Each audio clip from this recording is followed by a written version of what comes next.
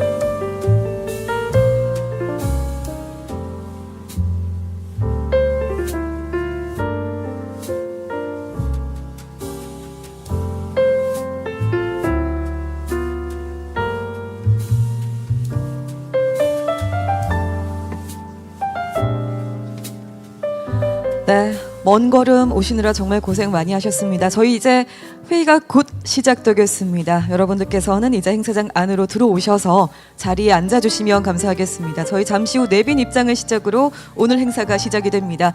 이제 여러분들께서는 행사장 안으로 속히 입장해 주시고 착석 부탁드리겠습니다. 다시 한번 휴대전화의 상태 진동이나 무음으로 되어 있는지 확인 부탁드리겠습니다.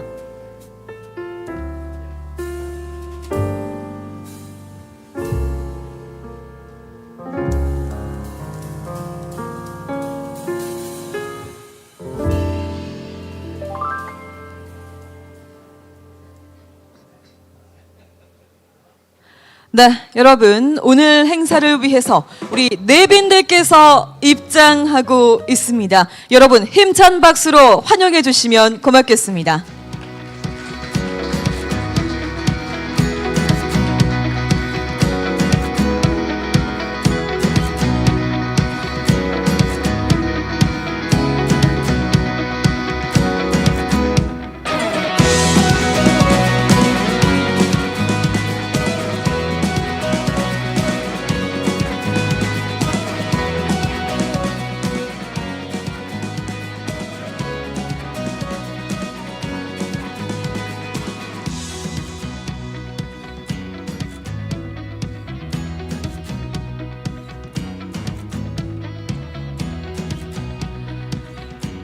네, 정말 많은 분들께서 함께 해주고 계십니다.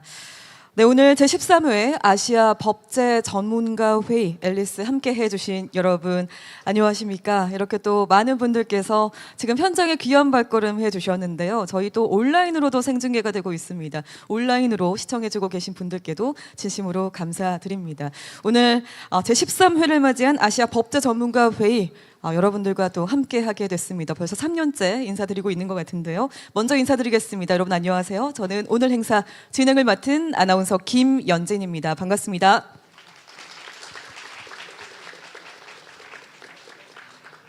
네, 환영해 주셔서 고맙습니다. 올해로 13번째를 맞이한 이번 회의, 네, 인공지능 일상화 시대를 대비하기 위한 글로벌 사회의 디지털 경제 법제 현황과 발전 방향을 주제로 여러분들과 또 함께 하게 됐습니다. 아시아 각국의 이렇게 법제 전문가들이 이렇게 한자리에 모여서 각자의 경험과 통찰을 나누면서 함께 미래 법제의 발전 방향을 논의하는 뜻깊은 시간으로 채워질 예정입니다. 자, 오늘 회의에서는요, 국내외 저명한 전문가분들께서 소중한 의견을 들려주실 예정이니까요. 여러분 끝까지 함께 해주시고 의미 있는 시간으로 채워가시기를 부탁드리겠습니다. 자, 바로 저희 회의를 시작하기에 앞서서요, 오늘 공식 출범한 아시아 법제기구 협의체 칼리의 출범 기념 행사를 먼저 하려고 합니다. 자, 출범 행사를 하기에 앞서서 저희가 또 칼리 영상이 준비가 되어 있습니다. 어떤 영상일지 기대해 주시면서 지금 바로 화면으로 만나보시죠.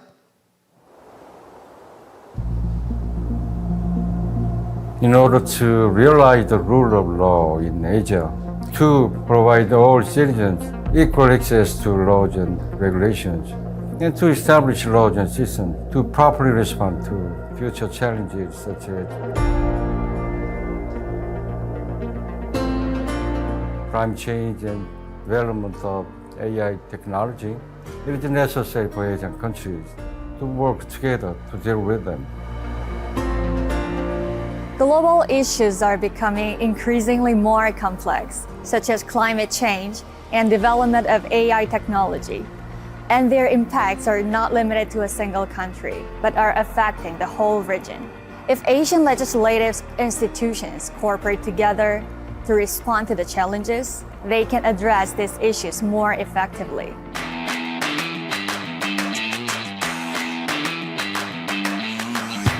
The Ministry of Government Legislation of the Republic of Korea suggests the creation of KALI for Asian countries to jointly respond to legislative challenges, to systematically share information, and to promote mutual development.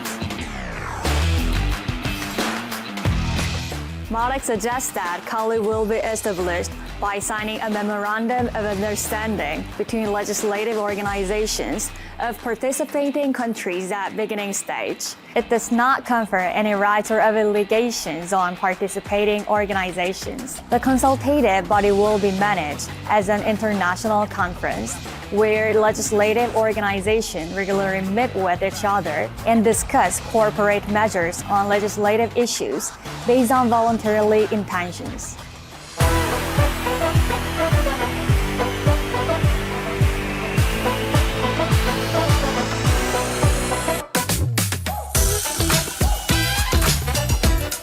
First, legislative issues are jointly addressed. COLI will provide a venue for legislative institutions and experts to gather together and discuss the legislative challenges that are expected to arise from future changes. A joint research will be conducted.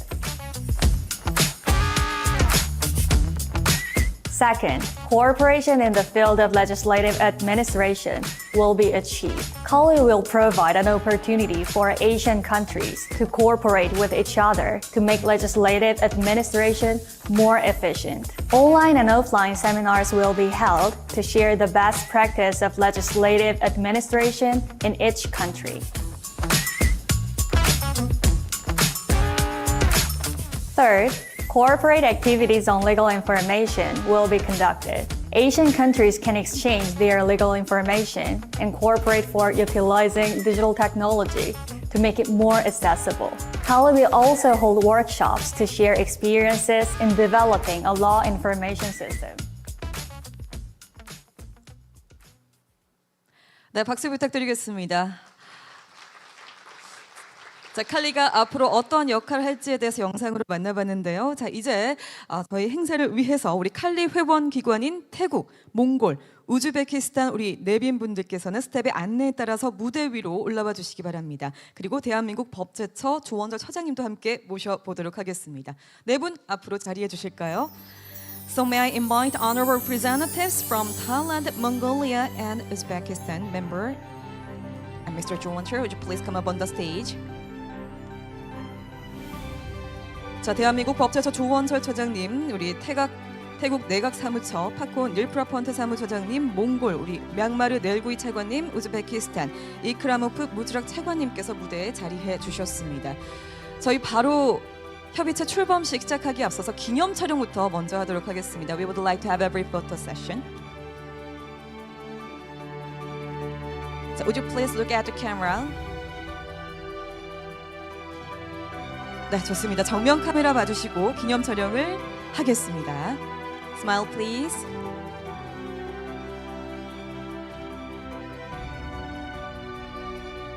자, 이번에는 화면에 손을 갖다 대고 터치하는 모습을 담은 기념 촬영 한 번 더 하겠습니다. 네 분께서는 돌아서서 국기 위에 각자의 국기 위에 손을 얹어 주시면 되겠습니다.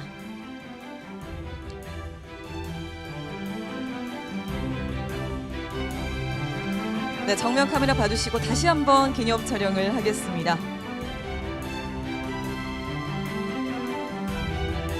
네, 이것으로 저희 아시아 법제기구 협의체 칼리 출범이 우리 내빈들과 함께 또 할 건데요. 네, 잠시만 기다려주시고 다시 한번 터치를 해주실까요? Would you please touch one more time so that we can announce the performance one more time. 자, 다시 한번 기념 촬영을 하면서 네, 여러분 뜨거운 박수 부탁드리겠습니다. 이것으로 아시아 법제기구 협의체 칼리 출범이 됐습니다. Please give one more big hand.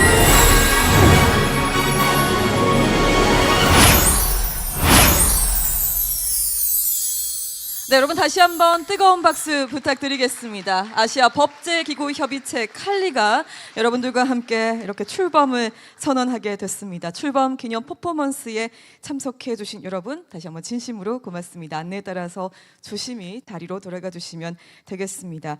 칼리는 이렇게 아시아 각국의 법제기관들의 공동의 법제 현황에 함께 대응하기 위해서 결성한 다자 협의 기구입니다. 그 활동 결과는요, 앨리스를 통해서도 매년 공개될 예정이니까요. 여러분 많은 관심과 뜨거운 성원을 부탁드리겠습니다. 네, 그럼 이제 제13회 아시아 법제 전문가 회의를 본격적으로 시작해 보겠습니다. 먼저 개회사를 청해 볼 텐데요. 우리 법제처 조원철 법제처장님께서 여러분들께 개회사를 해 주시겠습니다. 조원철 법제처장님 무대로 모시겠습니다. 여러분 힘찬 박수로 맞이해 주십시오.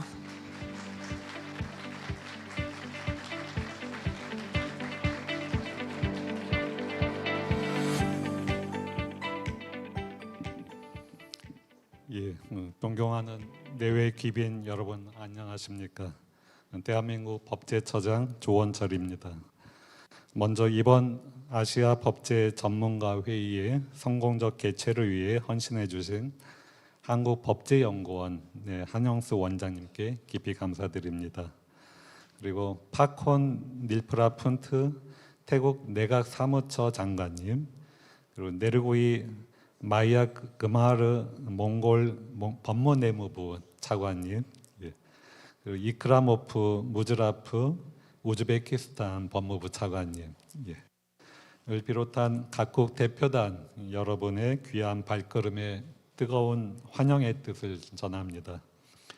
오늘 발제와 토론, 사회로 자리를 빛내주실 모든 법제 전문가 여러분께도 감사드립니다. 올해로 아시아 법제 전문가 회의는 제13회를 맞이하였습니다. 그간 우리는 자연재난과 감염병 대응, 미래형 도시와 교통, 국민 참여 입법, 인공지능과 리걸테크 등 아시아가 마주한 과제를 놓고 현실적 해법을 함께 모색해 왔습니다. 이 회의는 이제 연례 행사를 넘어 우리 지식과 경험이 서로 연결되는 지속 가능한 협력의 장으로 자리매김했습니다. 올해의 주제는 디지털 경제 법제 현황 및 법제 발전 방향입니다. 디지털 경제는 속도를 요구하지만 우리는 디지털 경제 법제가 가속 페달로만 기능하게 해서는 안 됩니다. 동시에 국민을 보호하는 안전벨트의 역할도 할 수 있도록 해야 합니다. 기술의 속도가 사회의 변화를 앞지르는 지금 법제는 단지 변화를 뒤따라가는 규정이 아니라 변화를 가능하게 하는 기반이 되어야 할 것입니다. 오늘 논의가 세 가지 관점에서 의미를 더하기를 기대합니다. 첫째, 디지털 경제를 뒷받침하는 법제는 혁신을 저해하는 불필요한 규제를 줄이고 새로운 기술과 서비스가 자유롭게 성장할 수 있는 토대를 마련해야 합니다. 오늘 각국이 경험한 제도 설계와 운영 사례를 공유함으로써 디지털 경제를 활성화하는 가장 효율적인 방법을 찾을 수 있을 것으로 기대합니다. 둘째, 디지털 경제에 대한 국민의 안전과 신뢰를 어떻게 확보할 것인지 고민해야 합니다. 기술 발전이 국민의 권리를 침해하거나 새로운 불평등을 낳지 않도록 제도적 안전망을 촘촘히 마련해야 합니다. 즉 디지털 경제의 활성화와 안정성 사이에 적절한 균형점을 모색해야 하겠습니다. 셋째, 아시아 지역에서의 디지털 경제 법제를 어떻게 연계하고 협력의 틀을 그려갈지 함께 논의하면 좋겠습니다. 데이터와 서비스가 국경을 넘나드는 현실을 고려할 때 이를 다루는 법제에서도 국가 간의 협력은 필수적입니다. 오늘 회의에서 이 문제에 대한 법제 전문가 여러분의 고견을 들을 수 있기를 기대합니다.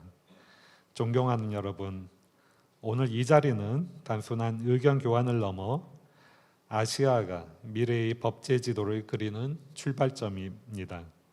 오늘 나눈 논의가 디지털 시대의 유연하고 미래지향적인 법제 시스템을 구축하는 소중한 밑거름이 되기를 바랍니다.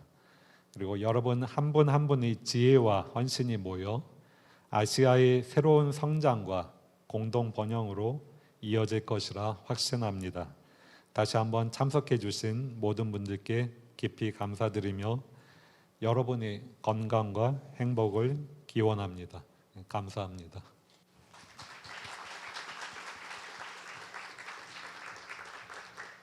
네, 고맙습니다. 우리 조원철 법제처장님께서 이렇게 또 개회사를 해주셨습니다.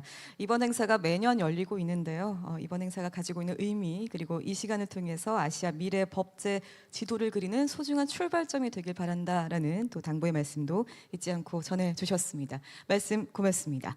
자, 다음 순서는요. 이번 회의 또 다른 주관 기관입니다. 우리 한국법제연구원 한영수 원장님께서 여러분들께 환영의 말씀을 전해주시겠습니다. 우리 한영수 원장님 무대로 모시겠습니다. 여러분 힘찬 박수로 맞이해 주십시오.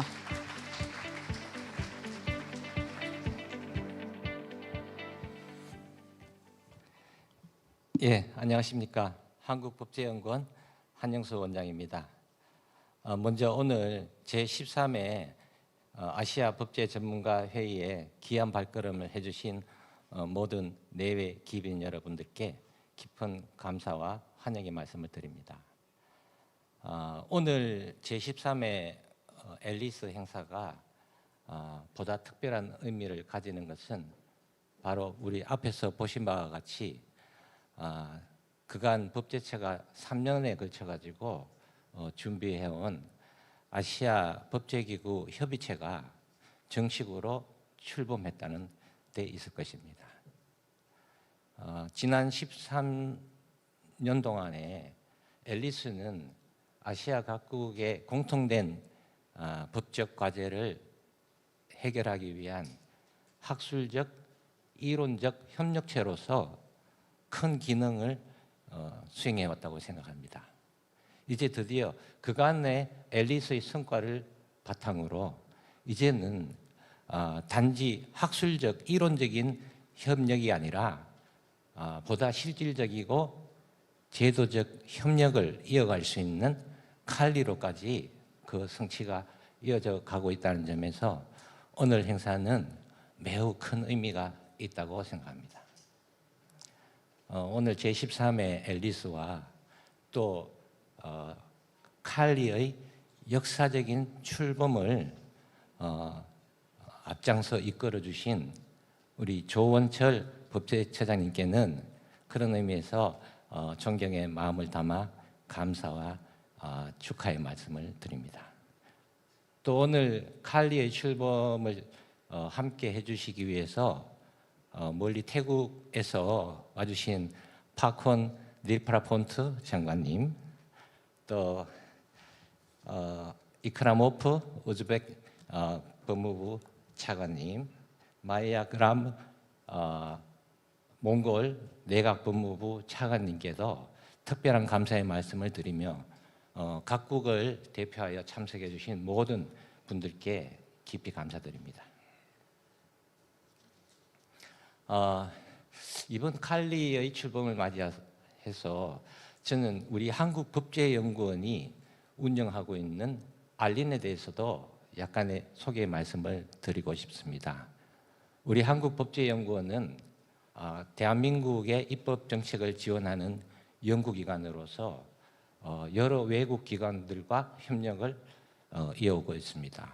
특히 아시아 리걸 인포메이션 네트워크라는 알린 행사를 매년 주최함으로써 아시아 각국의 연구기관 간의 협력을 해오고 있습니다.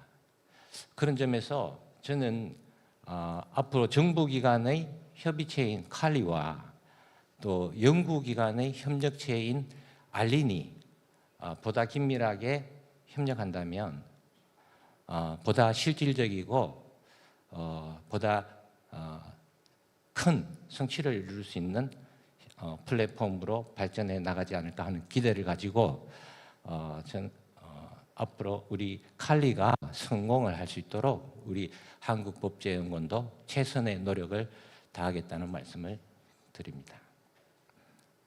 오늘 우리가 논의할 주제인 인공지능 일상화 시대의 경제법제의 현황과 대응 과제라는 주제는 아시는 바와 같이 우리 아시아는 조만간 미국과 유럽 시장을 넘어서는 세계 최대 시장으로 성장할 것으로 예상되고 있습니다. 그런 가운데 인공지능 기술을 활용한 제품의 공급과 서비스 제공은 국경을 넘나들면서 이루어지고 있습니다. 그런 점에서 우리가 인공지능의 혁신을 이어가고 아시아 국가의 발전을 견인하기 위해서는 아시아 각국의 제도를 서로 잘 이해하고 또 더 나아가서는 아시아 국가의 특수한 가치와 특성을 반영한 공통의 규범을 만들어가는 것도 매우 중요한 과제라고 생각합니다. 최근 우리 대한민국의 이재명 대통령께서는 UN 총회와 또 지난주 막을 내린 APEC 정상회의에서 AI 기술이 가져올 순기능과 역기능에 관해서 말씀하시면서 인공지능의 순기능을 극대화하고 또 역기능을 최소화하기 위해서는 우리가 각국의 이익을 위해서 최선을 다해 노력하되 모두의 안전을 위해서 협력해야 한다는 말씀을 하셨습니다. 그런 점에서 오늘 이 앨리스 행사를 통해서 아시아 국가들의 AI 기술의 일상화 시대에 각국의 대응에 대한 지혜를 모으고 동시에 우리 조원철 차장님 말씀하신 안전벨트에 관해서도 더 뜻깊은 논의가 이루어지기를 희망합니다. 끝으로 오늘 이 칼리의 출범과 또 이 13회 앨리스의 성대한 행사를 준비해 주신 법제처와 우리 한국법제연구원의 관계자 여러분들의 노고에도 치아와 감사의 말씀을 드립니다. 참석하신 모든 분들의 건강과 행운을 기원합니다. 감사합니다.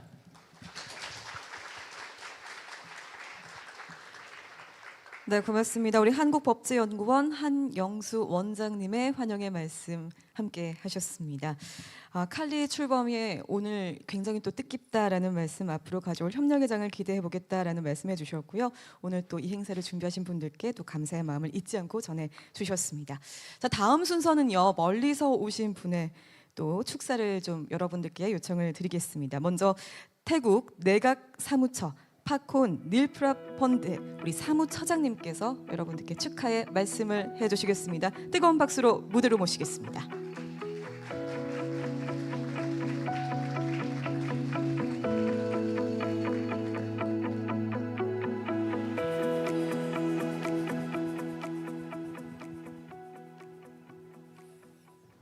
His Excellency Cho Won-cho, Minister of Government Legislation of the Republic of Korea, Mr. Han Yong-chu, President of Korean Legislation Research Institute, the panelists, distinguished guests, ladies and gentlemen.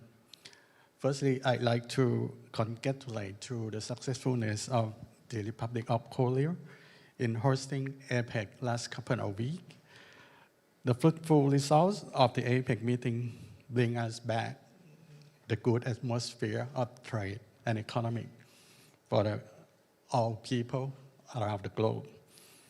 And once again, congratulations for the establishment of the Cali, just established just a few moments ago.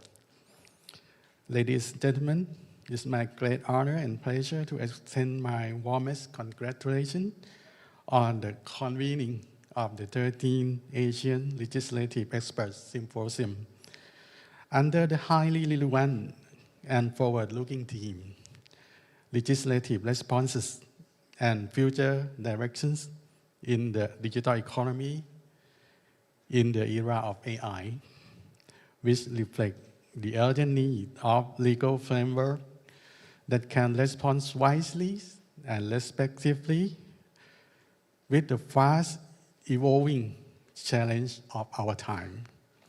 The rapid advancement of artificial intelligence and digital economy is fundamentally transforming the way we live, work, and govern. This development not only drive innovation in the efficiency, but also raise significant challenge to human behavior, traditional economic, social, and legal structure, as well as political institution, that's calling the critical reflection and adaptive policy response. As legislative professionals, we are entrusted with a vital mission to strengthening the rule of law and to ensure that law and policy serve not only tools for the governance, but as a guide compass in the world being transformed by technological advancement. In this era, it's no longer sufficient to simplify regulate technology. We, furthermore, also need to anticipate its impact, protect human dignity, and promote justice through innovation. I truly believe that platforms such as Asian Legislative Expert Symposium, or ALS, which they achieve serving as international forum in which various legislative issues have been discussed under our core value, Asian shared legislative experience, play a significant role in bringing together legal minds from across Asia by offering a space to listen, to share, and collaboratively shape the idea that drive progress. It is within the thoughtful exchange that the future of legislative innovation begin to take shape. On behalf of the Office of the Council of State of the Kingdom of Thailand, I'd like to express my sincere thanks to the host country, the organizer, and all participant countries in their active engagement and in this meaningful exchange of ideas. I believe the insight gained from the symposium will greatly support legislative and policy development throughout the region. I would also like to extend my deep appreciation for the successful organizer of this event, which has contributed significantly to the development of legal cooperation among Asian countries as we prepare for navigate the transformation brought about by the era of AI. Let us move forward together, guided by the rule of law, empowered by knowledge, and inspired by shared vision for a just and digitally resilient future. Last but not least, I'd like to express my sincere gratitude to His Excellency Cho Won-cho, Minister of Government Legislation, and President Han Yong-chu, President of KRI, for honoring us by giving us an opportunity as ever to be part of ALS this year. And may this symposium be great success. Thank you.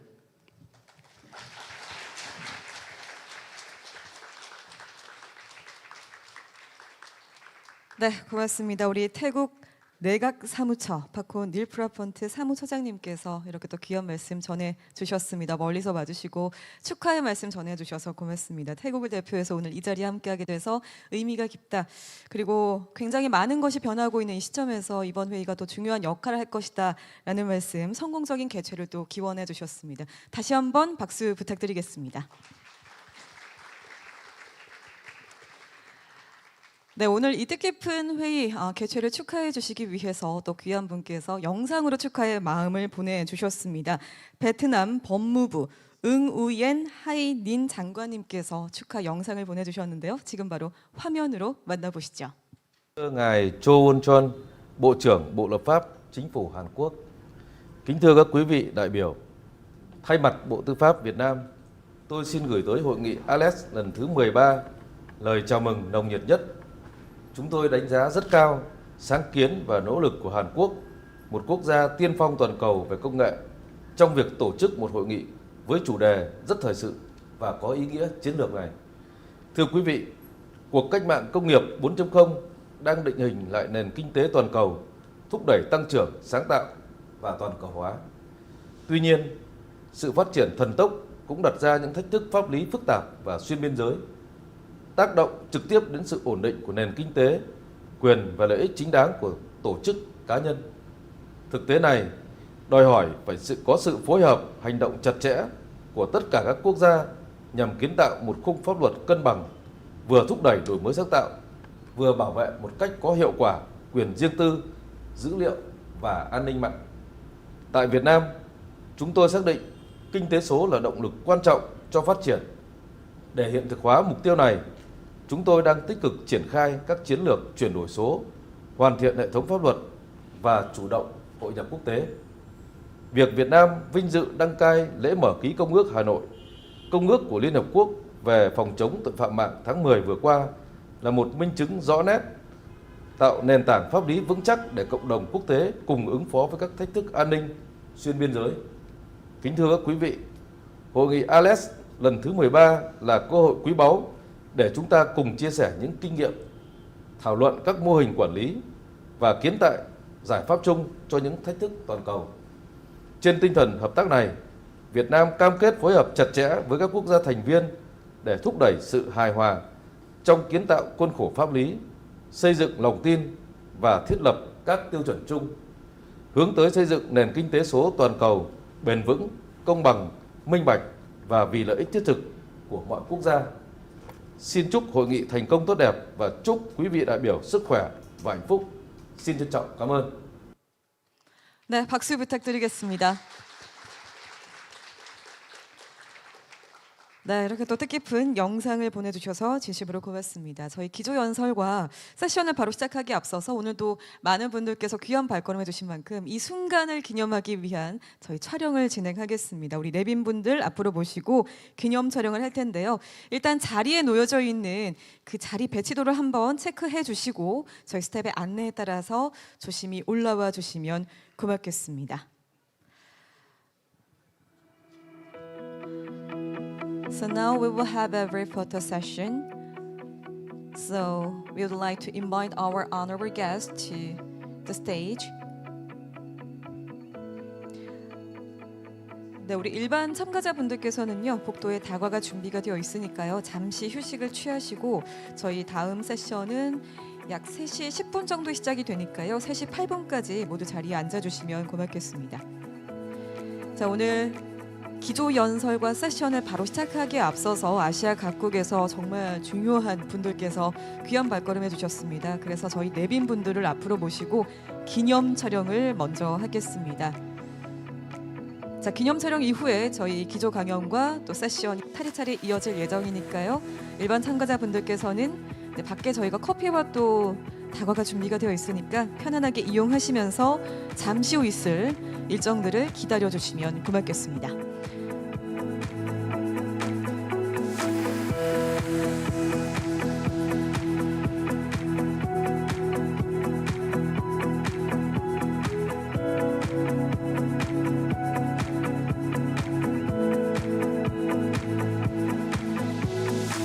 네, 정면 카메라를 봐주실까요? Would you please look at the camera in front of you? Smile please. 네, 기념 촬영하겠습니다.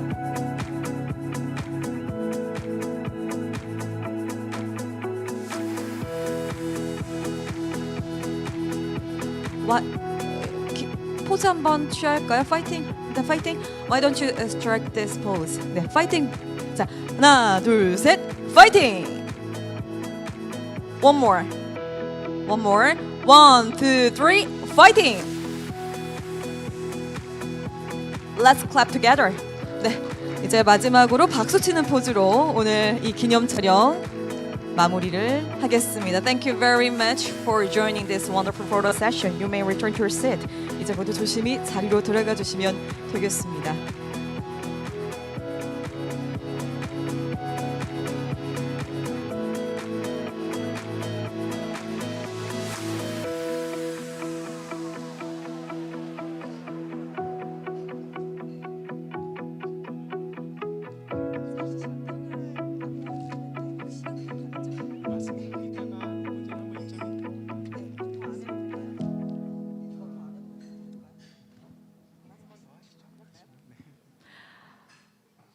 네, 말씀드린 것처럼 저희 뒤쪽 여러분들 밖에 나가 보시면 아마 들어오시는 길에 보셨으리라 생각합니다. 커피와 다과가 준비가 되어 있습니다.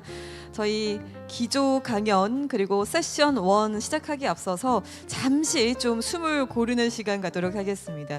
오늘 칼리도 여러분들과 함께 멋진 모습으로 출범을 했고요. 저희 13번째를 맞이한 앨리스 이렇게 또 많은 분들이 귀한 발걸음 해주셨는데요.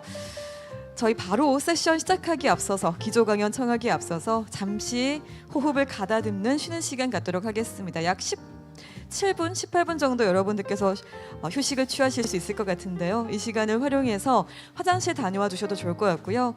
네, 서로 네트워킹의 시간으로 활용해 주셔도 좋겠습니다. 밖에는 다과와 커피가 준비가 되어 있습니다. 그리고 포토볼도 마련이 되어 있으니까요. 필요하신 분은 사진도 많이 찍어주시면 좋을 것 같습니다.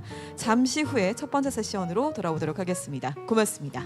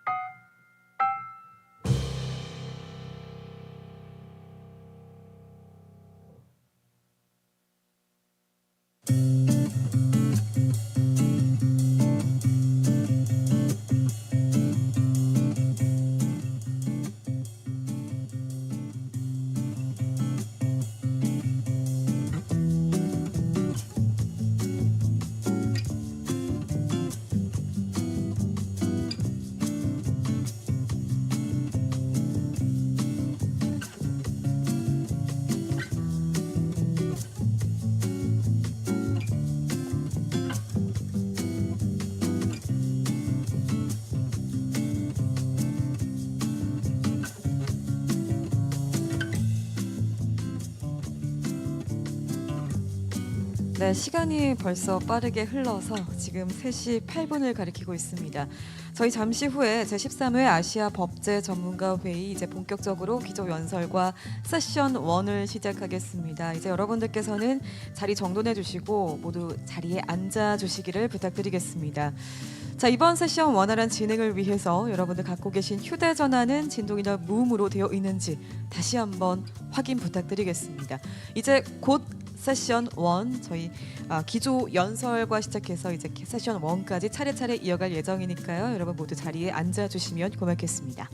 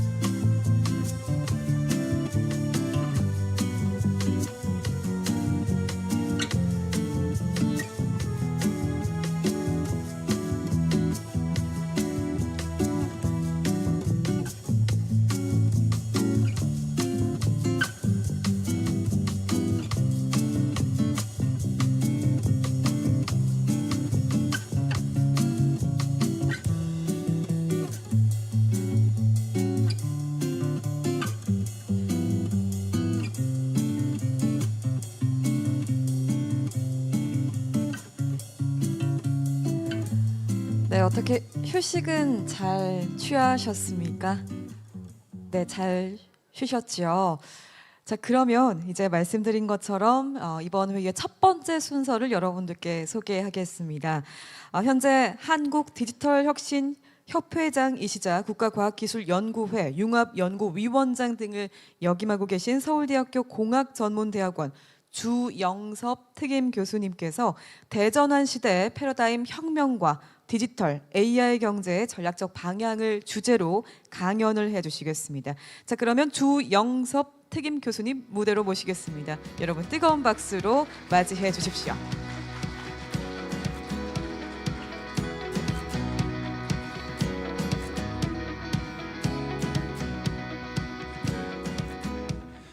네, 오늘 반갑습니다, 여러분.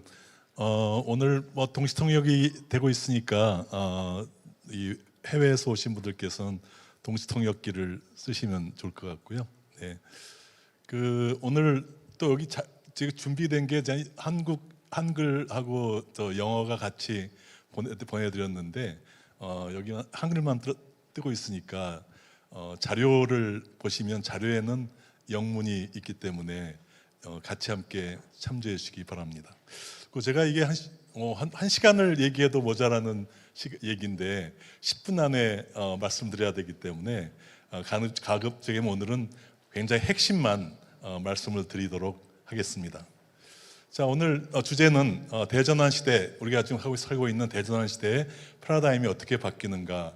이게 왜 중요하냐면 이 법제 방향도 이 법의 방향도 결국은 이 시대가 어디로 가고 있는가 하는 것을 이해하고 그 틀에서 법 제도가 만들어야 되잖아요. 그래서 그런 면에서 이 패러다임의 흐름을 잠깐 말씀드릴 거고, 또 하나 이 그런 과정에서의 디지털 경제, 또 그중에 또 AI 기반으로 되어 있는 이 디지털 및 AI 경제의 전략적 방향을 이런 패러다임 방향하고 맞춰서 어떻게 우리가 어떤 전략적 방향을 가야 되는지를 말씀드리겠습니다. 우선 지금 우리가 3대 대전환 시대에 살고 있다고 얘기를 하는데요. 우선 디지털 대전환, 그린 대전환, 그리고 문명 대전환인데 결국은 이제 특히 그린 대전환 같은 이 지구 환경의 이런 불확실성, 또 비지속 가능성, 지속 가능하지 않죠.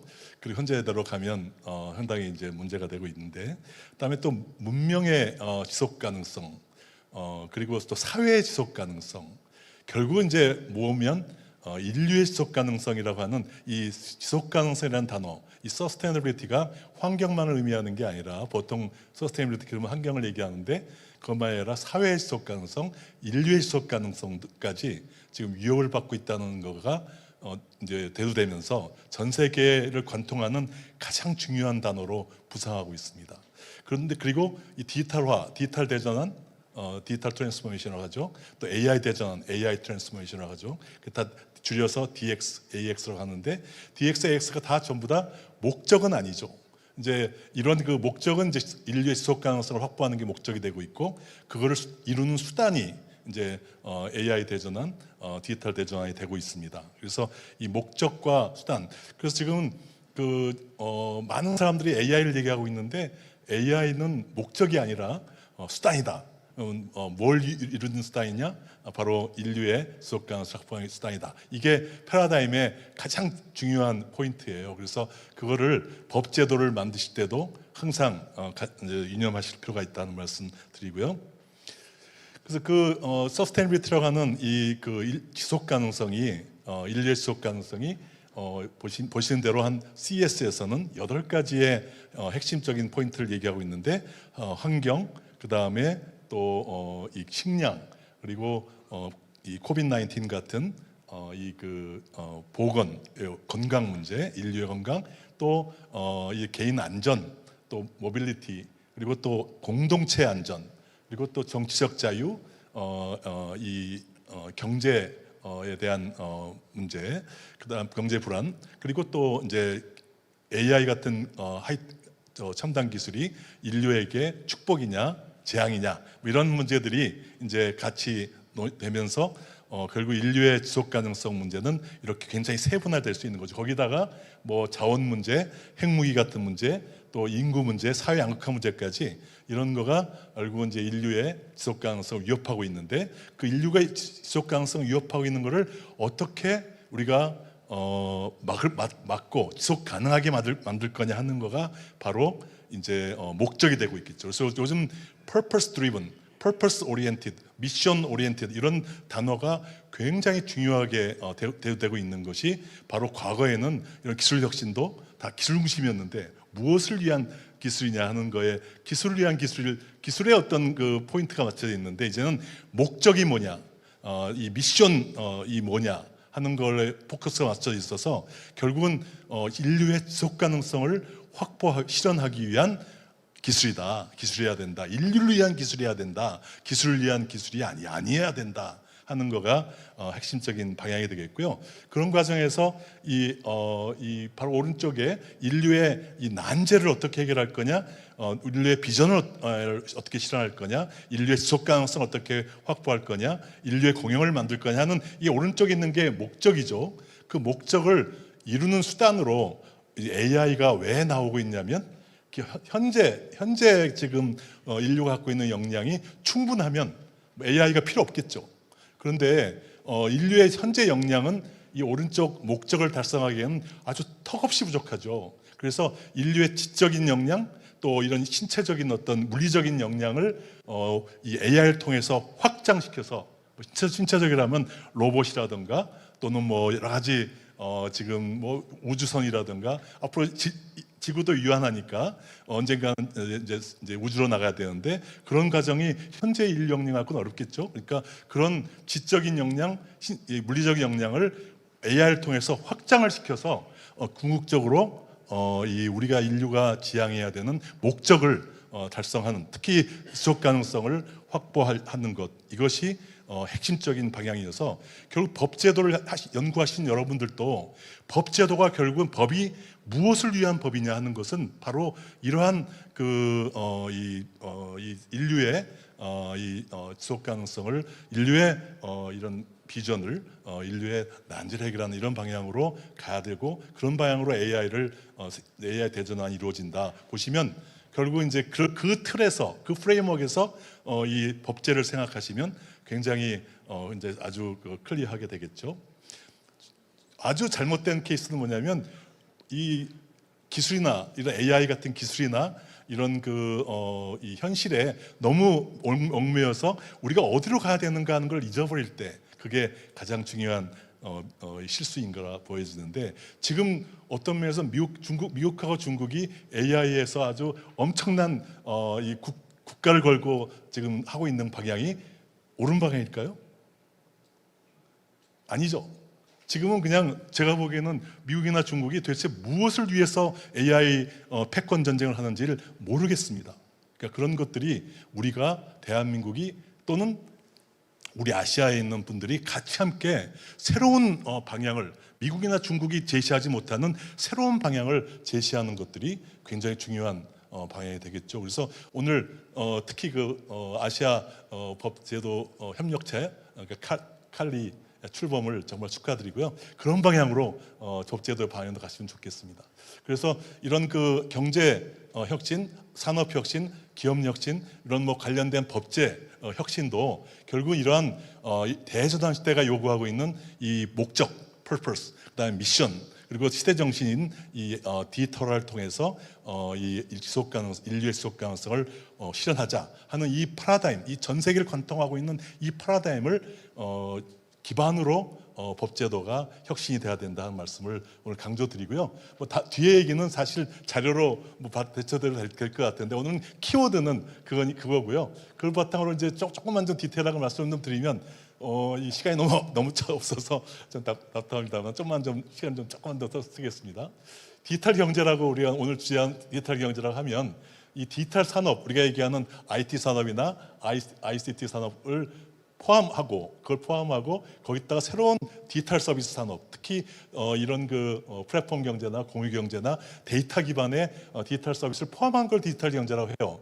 그리고 거기에 이제 또 하나 좀 더 광의를 해석하면 기존에 있는 산업을 요즘 이제 데이터나 디지털 기술 또 AI 기술을 통해서 완전히 혁신하는 거, 그걸 이제 디지털화 경제라고 하죠. 디지털 이코노미, 디지털라이스드 이코노미 이걸 확대해서 다 포함하는데 거기에는 뭐 전자상거래, 인더스트 4.0 같은 독일 또 정밀 농업의 이 디지털 전환 같은 게 다 포함되는 거죠. 그래서 이런 게 이제 그 OECD에서 이렇게 확장된 개념으로 지금 디지털 경제를 보고 있고요. 그리고 디지털 경제 핵심 정책 또는 그 법제에서의 핵심 키워드는 결국은 아까 말씀드린 목적이 뭐냐 하는 걸 절대 잊지 말고 그 속에서 데이터 가버넌스가 데이터가 생성하고 그 다음에 뭐 가공되고 거래되고 또 없어질 때까지의 하나의 데이터 이 그 주권 데이터의 소유권은 어떻게 하고 뭐 개인 정보 포함해서 이런 데이터 가버넌스에 대한 문제를 어떻게 이 설계할 거냐. 그리고 또 AI를 도입할 때 AI는 규제와 지능 두 가지 축으로 가고 있는데 지금 과거에는 유럽은 그냥 다 전부 다 규제 쪽으로 갔죠.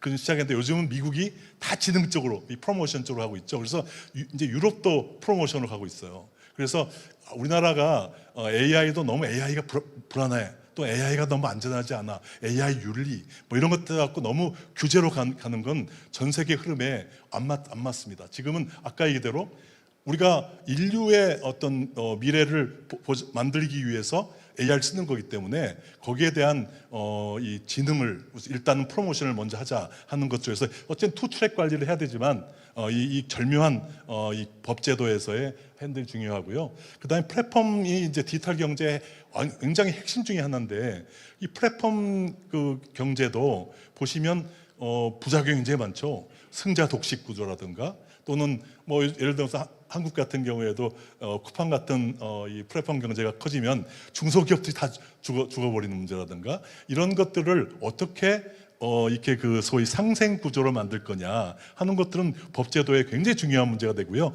온라인 콘텐츠의 안전 문제라든가 이제 앞으로 이커머스가 소위 전자상거래 커지는데 이 디지털 무역을 어떻게 법제도로 확장시킬 거냐든가 또 디지털 그 과정에서 디지털 금융 디지털 결제하는 것들을 어떻게 할 거냐. 또 그 과정에 또 이제 앞으로 우리가 탈중앙 금융 같은 게 이 디파이, 디센트럴라이즈 파이낸스 같은 게 커지면 그게 이제 국경을 막 넘나들 때 조세 문제를 어떻게 할 거냐. 이런 문제 또는 뭐 자금 세탁 같은 걸 방지하는 방법이 뭘 거냐. 뭐 이런 문제 같은 것들이 다 조세 또 가버넌스에 또 나타나는 문제여서 이런 거를 우리가 핵심 정책에서 다뤄야 된다 보여지고 있고, 그런 면에서 이제 아까 말씀드린 디지털 산업을 디지털라이즈 산업, 디지털 이코노미, 디지털 인더스트리가 디지털 이코노미로 가면서 이 산업의 디지털 대전환, AI 대전환을 가게 되면 뭐 제조업 같은 건 디지털 제조, 디지털 금융, 디지털 유통, 디지털 의료, 디지털 교육, 디지털 농업, 디지털 행정 이런 식으로 되는데, 우리가 이 아시아에 있는 여러분들이 우선 같이 협력할 때 이 디지털 산업에서 협력하려고 그러면 좀 다소 기존의 분야이기 때문에 경쟁이 좀 예민할 수도 있어요. 그래서 그렇지만 이쪽은 다 새로운 분야이기 때문에 여기서부터 협력을 하시면 훨씬 더 아마 저 쉽게 협력이 되지 않을까 싶고요. 그런 과정에서 이제 가장 중요한 게 이 제조 분야. 제조 분야를 어떻게 디지털 제조 분야를 협력할 거냐. 그래서 제조 분야에 DX 타이포네요. DX, AX를 협력할 거냐인데, 여기는 뭐 AI 기술도 중요하지만 데이터 표준화, 데이터를 어떻게 표준화해서 이 뭐 같은 물체를 뭐 장비를 놓고 한국하고 일본하고 뭐 우리 아세안 10개국 모든 나라들이 아세안 모든 국가들이 같이 불러야 하잖아요. 다르게 부르면 안 되니까. 그런 것이 데이터 표준화 같은 게 대단히 중요하게 되고, 그런 과정에서 새로운 비즈니스 모델에 우리가 좀 많이 협력해야 되고, 또 인재 양성에 협력을 해야 되고, 또 탄소 중립 문제들이 앞으로 중요한데, 탄소 중립도 다 데이터 기반이기 때문에 디지털 경제 차원에서 어프로치하는 게 필요하고, 또 마지막으로 이 영향에 대한 잠재적인 영향 규모하고 이 도입 속도, 이 두 가지 축으로 보면 가장 도입 속도도 빠르고, 그리고 또 영향도 임팩트도 큰 분야가 유통하고 금융이에요. 그래서 이 금융하고 유통 분야 간에 부터 먼저 우리 칼리가 이 금융하고 유통, 아까 제조와 금융과 유통 이 세 분야에서 협력을 하시는 거가 임팩트가 제일 크다. 그래서 그러면 이제 그게 관심도 많을 거고요. 그래서 특히 이제 금융 쪽에서는 이 탈중앙화 문제를, 특히 이제 블록체인 기반의 이 디파이라든가 이런 문제를 어떻게 우리가 다룰 거냐. 요즘 얘기한 스테이블 코인 기반의 문제라든가, 또는 중앙은행, 소위 CBDC 같은 중앙은행 이 디지털 화폐 같은 거를 어떻게 처리할 문제라든가 이런 것들 굉장히 협력할 과제가 굉장히 많죠. 유통 분야도 또 역시 마찬가지로 전자상거래 분야 같은 것들이 아까 페이먼트 문제하고 같이 결부돼서 굉장히 많은 것 될 것 같습니다. 그래서 오늘 뭐 짧은 시간이지만 이런 그 세 가지 분야에서 우리 칼리가 협력을 잘 하시기를 바라고 다시 한번 축하드리고, 뭐 짧은 시간에 뭐 이렇게 날아가느라고 뭐 제가 좀 그렇습니다만 여러분 앞으로 이 좋은 칼리가 좋은 협력으로 아시아가 이제 세계 중심이 되시기를 바랍니다. 감사합니다.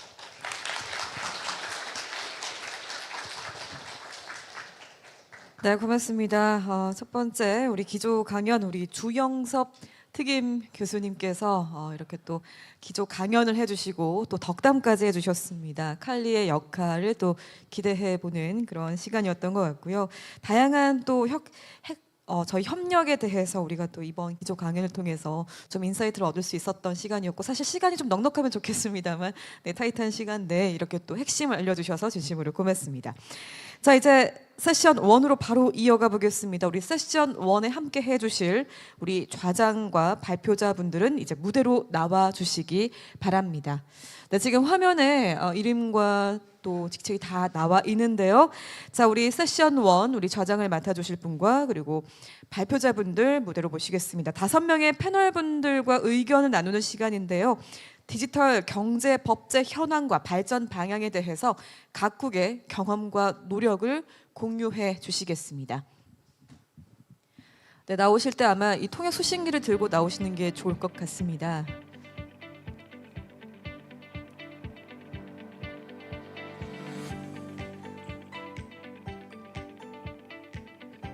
So we'd like to invite our moderator and the panelists for this session. 네, 모두 자리해 주신 것 같고요. 저희 바로 이번 세션의 시작을 하기에 앞서서 우리 좌장님을 먼저 소개를 해야 될 것 같은데요. 네, 법관과 헌법재판소 헌법연구관으로서 20년 이상 근무를 하셨고요. 최근 AI 디지털 교과서, 블록체인에 기반한 DAO 같은 자연과학, 공학과 헌법학제 간 연구를 수행하고 계신 우리 이화여자대학교 법학전문대학원 이재홍 교수님께서 이번 세션 좌장을 맡아주시겠습니다. 자, 그러면 좌장이신 우리 이재홍 교수님께 마이크를 넘기도록 하겠습니다. 여러분 뜨거운 박수 부탁드리겠습니다.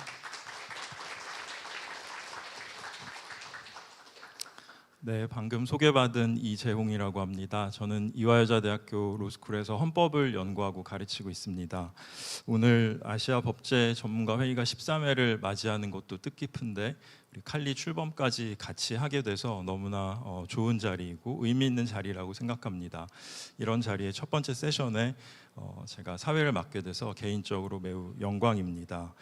오늘 주제는 제가 다시 한번 반복하겠습니다. 인공지능 일상화 시대를 대비하기 위한 글로벌 사회의 디지털 경제, 법제 현황 및 법제 발전 방향이라는 아주 큰 주제입니다. 저희가 AI 일상화 하니까 AI 없이 살기 어려운 정말 세상이 왔다라는 느낌이 드는데요. 올해 유발 하랄이라고 사피엔스 작가로 유명하신 교수님이 한국에 오셨습니다. 오셔서 대중 강연도 하셨는데 그 1시간 반 동안 어쩌면 보신 분도 계시겠지만 못 보신 분들을 위해서 제가 한 문장으로 요약을 해드리면 1시간 반 강의의 한 문장 요약은 이겁니다. AI가 창작한 창작물, 그것이 AI 창작물이라는 것을 강제하는 규범을 만들어야 된다라는 게 요지였습니다. 결국 그 강연도 규범으로 끝났고 우리가 법제라고 하는 것이 또 규범이기 때문에 처음에 우리 처장님도 그렇고 원장님도 그렇고 말씀하신 것이 규범의 역할, 즉 자율과 규제 사이의 균형점을 어떻게 설정하느냐, 이 규범의 역할이 또 우리에게 중요한 과제로 부여가 돼 있는 시점이 아닌가 싶습니다.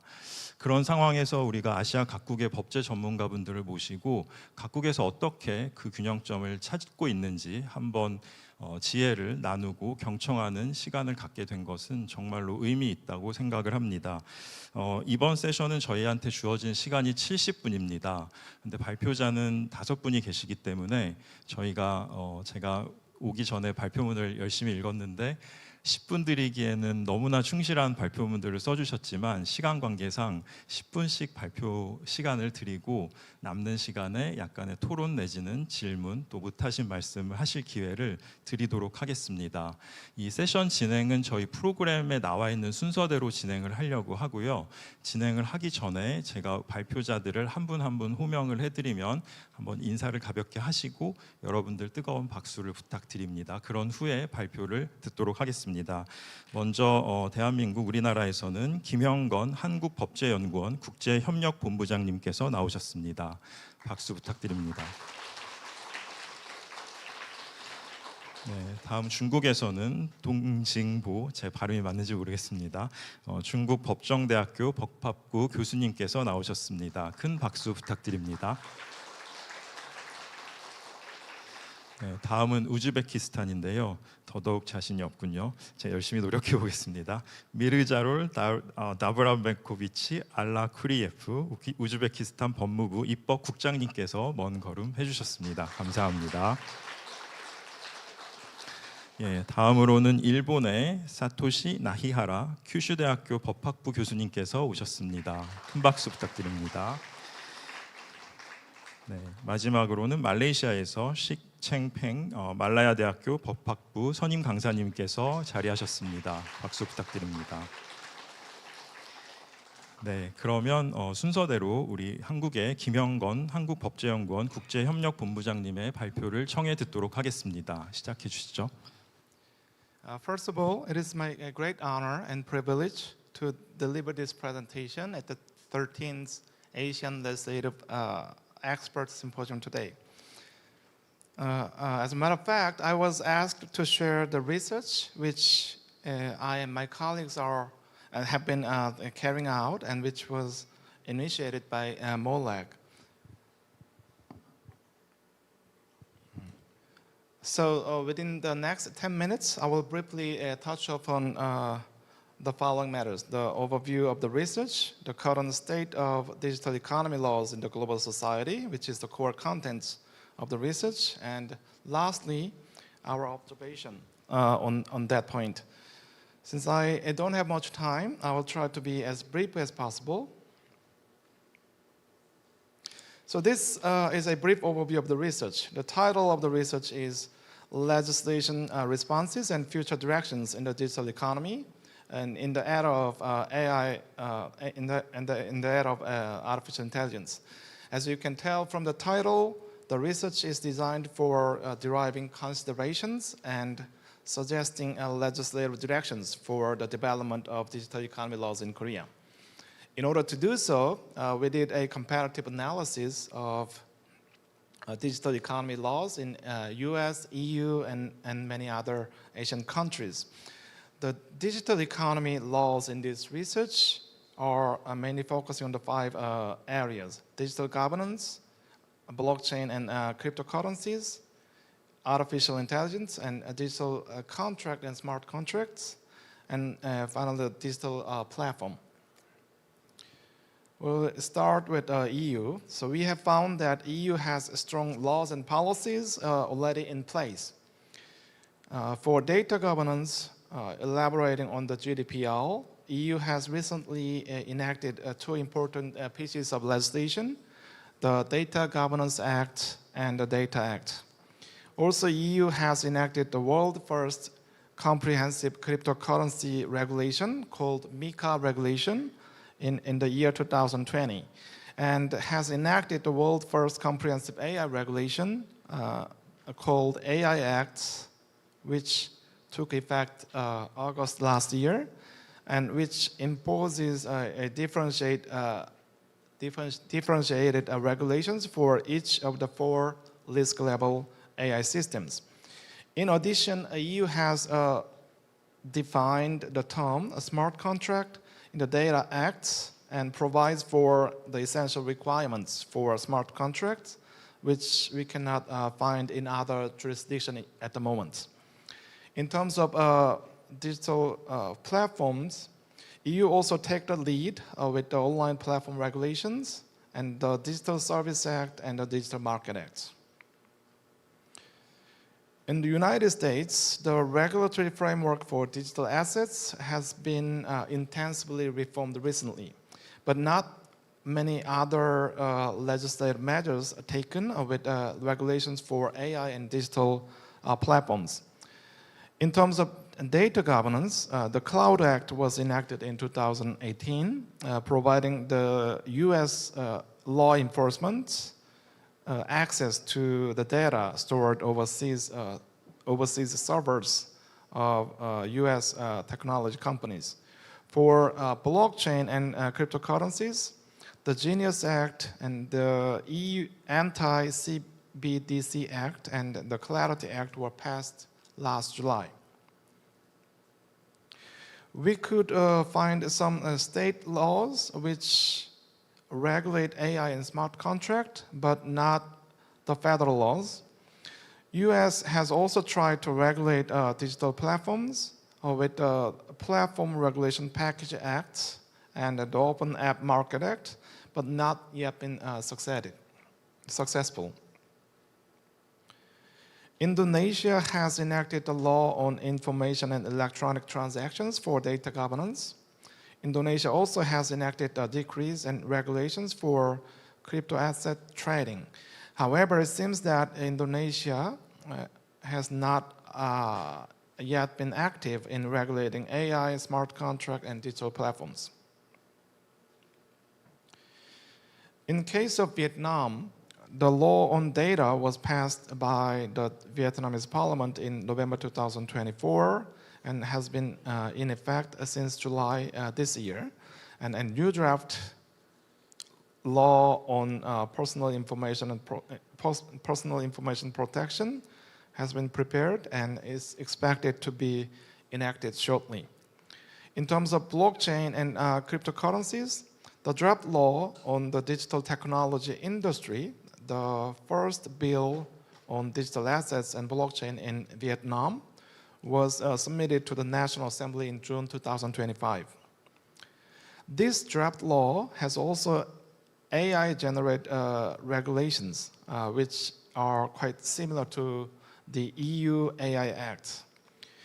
Vietnamese law has not yet been explicitly provided for smart contracts, but the decree on internet and online services and other related decree provide for some regulations for that. In Uzbekistan, the law on personal data protection and the law on cybersecurity are the two important laws for data governance. Regarding blockchain and cryptocurrencies, the presidential decree on measures to develop the digital economy and cryptocurrency trading sphere in the Republic of Uzbekistan is considered to be as key legislation.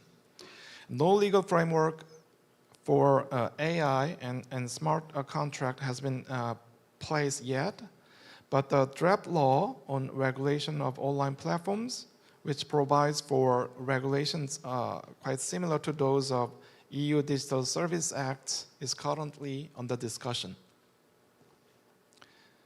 In Korea, the Framework Act on the promotion of data industry and data utilization has been enacted recently, and the so-called 3 Data Acts were also amended to strengthen the data governance. For blockchain and cryptocurrencies, the Act on the protection of virtual asset users was enacted in July 2023 to strengthen the transparency of the virtual asset market and the rights and interests of the users.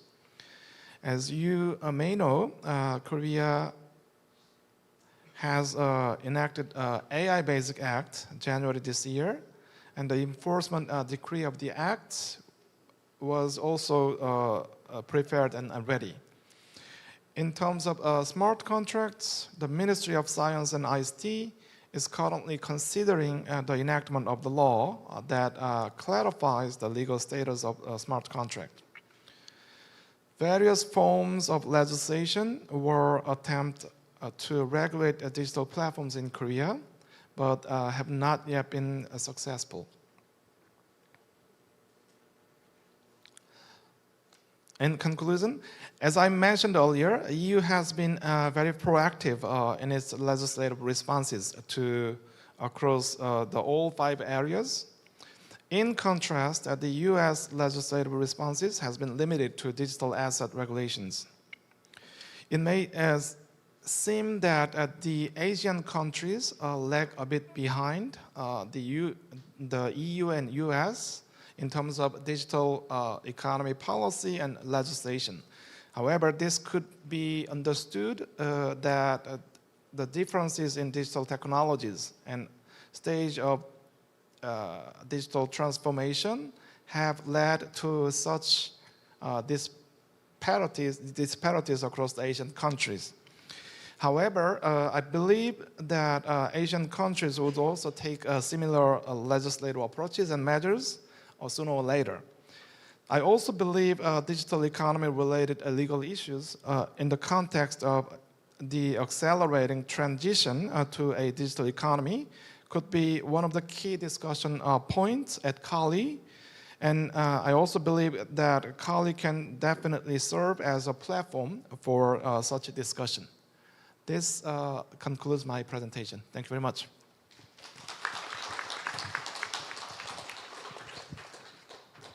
네, 김영건 본부장님 발표를 참 잘 들었습니다. 김영건 본부장님 발표 잘 들으셨겠지만은 유럽연합, 미국, 인도네시아, 베트남, 우즈베키스탄 그리고 우리나라까지 이렇게 방대한 비교법 연구 결과를 짧은 시간 안에, 아직도 시간이 남았습니다. 20초가.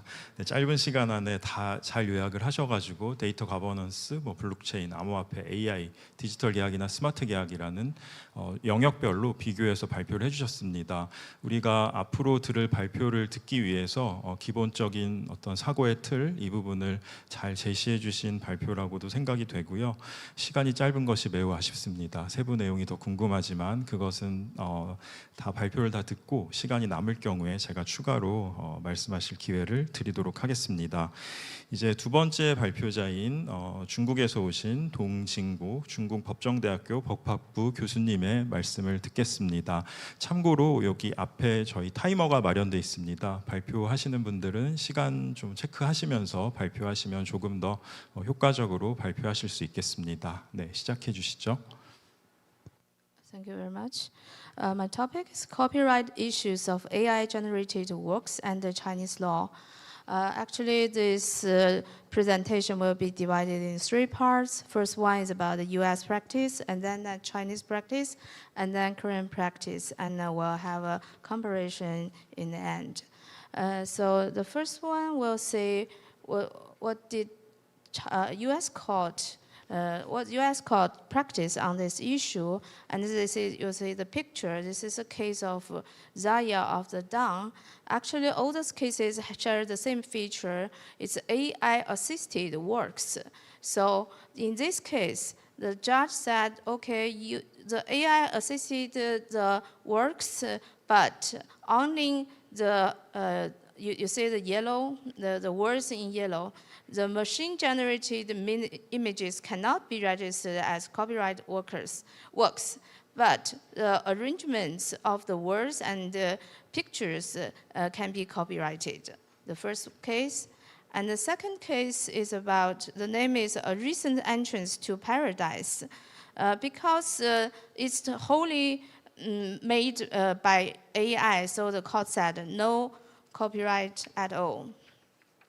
And the third case, the name is the Theater Opera Spattle. And in this case, it's a little bit special. Although the AI assisted works, but the author, the human author, made a lot of modifications of the material generated. So that's why the court said, okay, on this part, you can have your copyright.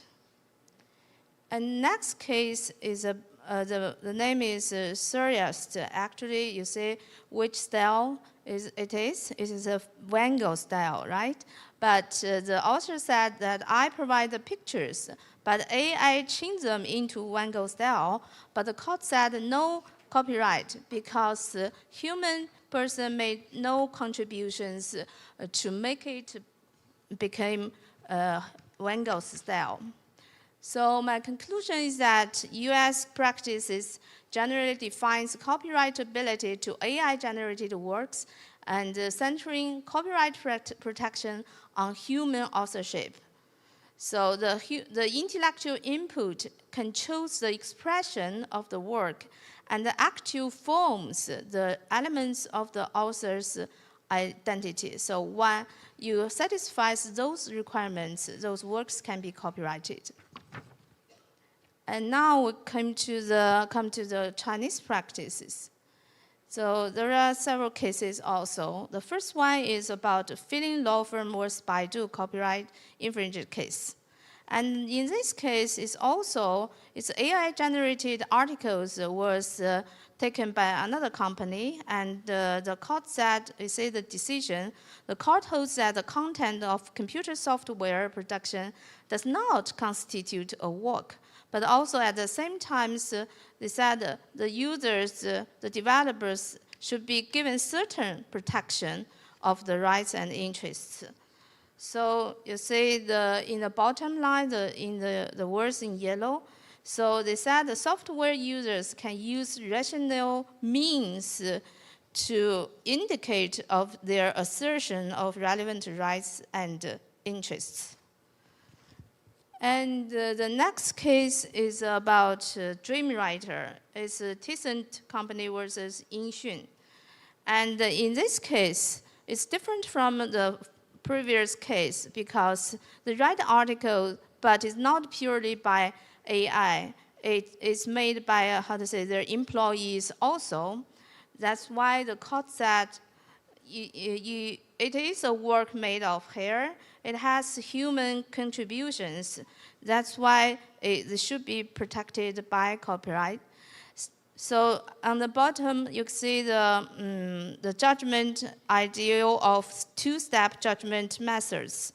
The first one is, it is analyzed and judged from the perspective of whether the articles involved are independently created. So that means it should have lowest degree of creativity. And second, whether the production process of the articles involved reflects the creator's personalized choice, judgment, and skills. And one determine whether the act of the relevant person belongs to the creative act defined in the copyright law, we should consider whether the act has an attribute of intellectual activity and whether the act is directly related to the specific form of expression of the work. And now we're coming to the third case in China. The case name is Mofa Company versus Sihai Company for copyright infringement and unfair competition disputes. And we see the decision and the reason in the end, words in yellow. So the court said we are not protecting the digital figure here. We are protecting the person behind the digital avatar. So in that case, they said that the producer who designed, provide the content of the copy and produce the video should be protected. And also the person behind the digital avatar, namely the performer behind the scenes, performed with words, actions, and expression, it should be protected also. So now we're coming to the very, very famous case. It's a case which is called Miss Li versus Miss Liu. And in this case, we see the image on the right hand, and finally the copyright was given to the user. They said that the design of the presentation of characters, the selection of prompts, the arrangement of the order of prompts, and the setting of the relevant parameters, and the selection of pictures are the contributions from the human author, so it should be copyrighted. And similarly, in the next case, also they said that, okay, you have the design of the prompt, and then you have the original expression, so it's copyrighted. So basically, the Chinese practice is we have some kind of conclusion that we look to, it's based on the whether we'll give copyright to the AI-assisted works. The trial ideas has been, there are several ideas. That first one is based on the provision of the current copyright law. So that is to interpret the basic connotation of works around the definition of works. That means the works has to have originality and intellectual achievements, and the condition of certain terms of the expression are not controversial. The second is to focus on the necessary intellectual input of human authors. So we can conclude that the original spectral detection, the first element, should be given notice, and second, the dynamic evaluation of control rights should be given noticed. So the judge from the Beijing Central Court said, only by correctly applying the copyright system and using appropriate legal means to encourage more people to use the latest tools to create can it be more conducive to the creation of works and the development of artificial intellectual technology. So next is a Korean case. I think a lot of you are familiar with it. So we just see the conclusion. Because the judge said there is a lot of human contributions, like the combination of those words, blah, blah, so that the copyright should be given. And also, we can see that there is a comparative study between the China practices between China and Korea, there are three. I think there's three differences. The first one is there is difference in the requirements for prompts. I think Korea has requirements of substantive modifications from human. And second, there is a difference in the threshold for human contribution. And in China, probably the contribution is the presence of intellectual input, but in Korea, a stronger degree of human control is required. Finally, the evidentiary requirements differ, and Korea requires full process record, and China requires reproductivity of generation process. So finally, I think there is still how the challenges here. So the first question is the prompt word copyright dispute. How about the Van Gogh will say, you could not change your picture into my style? And how about AI training data compliance? If it's infringed, how it's infringed fringently, probably. And also the platform rules versus judicial precedents. So finally, my conclusion is, in the future year of human and machine code evolution, the law never protects the code or data. It is the restless creative instinct of man. Sorry, I'm late a little bit. Thank you. 네, 두 번째 우리 동징보 교수님 발표까지 잘 들었습니다. 여러분들 자료를 보시면 아시겠지만 이 발표를 10분 안에 하는 것은 거의 불가능할 정도로 많은 내용을 소개해주고 계십니다. 짧은 시간에 잘 요약해서 말씀해 주셔서 너무 감사드리고, AI의 지금 양대 강국이라고 할 수 있는 미국과 중국에서 AI 저작권에 관해 어떻게 취급하고 있는지, 특히 법원에서 어떻게 보고 있는지에 관해서 잘 비교해서 말씀을 해주셨고, 또 우리 사례는 시간이 없어서 빨리 지나가셨지만 그래도 비교법적으로 중국과 우리를 비교해 주시는 내용까지 담으셨고, 마지막으로는 과제까지 제시를 해주셨습니다. 과제 부분은 나중에 저희가 토론 시간이 남으면 한번 또 추가로 말씀을 청해 듣도록 하겠습니다. 약간 세부적인 말씀을 드리면 결국은 우리 표현으로 하자면 신규성 또는 진보성 같은 기존의 법리 더하기 인간의 지적 노력이 얼마나 투입됐는지를 가지고 판단한다 정도가 중국의 법리라고 정리를 해볼 수 있겠습니다. 그러면 이제 세 번째 발표를 청해 듣도록 하겠습니다. 우즈베키스탄의 법무부 입법국장으로 계시는 미르자롤 알라쿠리예프 발표를 듣도록 하겠습니다. 네, 시작해 주시기 바랍니다.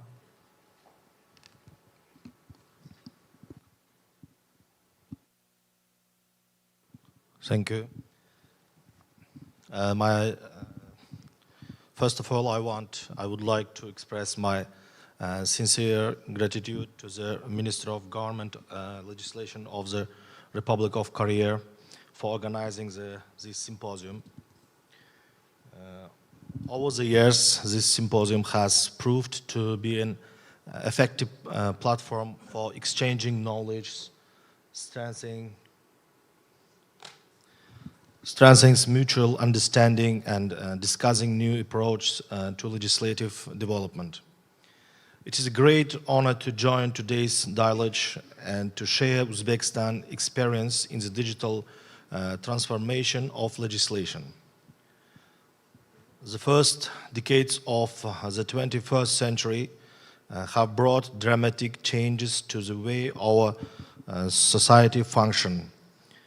Rapid digital transformation affects every aspect of life, from communication and business to public administration and justice. Along with these changes, we see the emergence of a new era of legal thinking.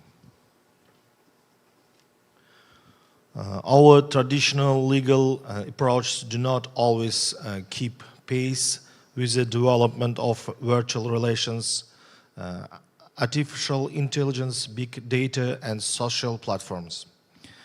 At the same time, fundamental principles, human dignity, privacy, and freedom of expression remain unchanged and must continue to be fully protected. However, the tools and methods we use to protect these rights must evolve.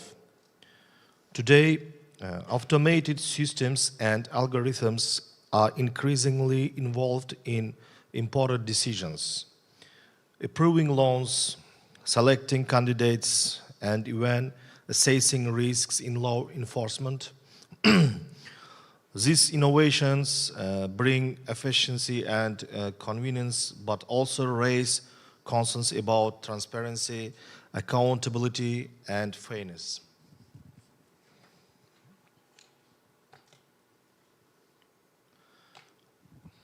Therefore, one of the main tasks facing governments today is to ensure that new technologies support human rights and serve the interests of society.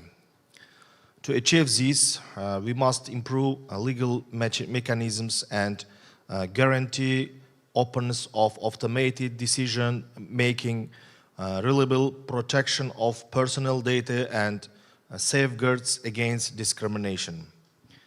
As Roscoe Pound once noted, the law must be stable but not static. This principle is especially relevant now, when laws must adopt quickly while remaining understandable and accessible to all citizens. In this context of global transformation, Uzbekistan has entered a new stage of legislative modernization. Since 2017, we have been implementing reforms aimed at simplifying regulation, reducing bureaucracy, and improving conditions for investment and business.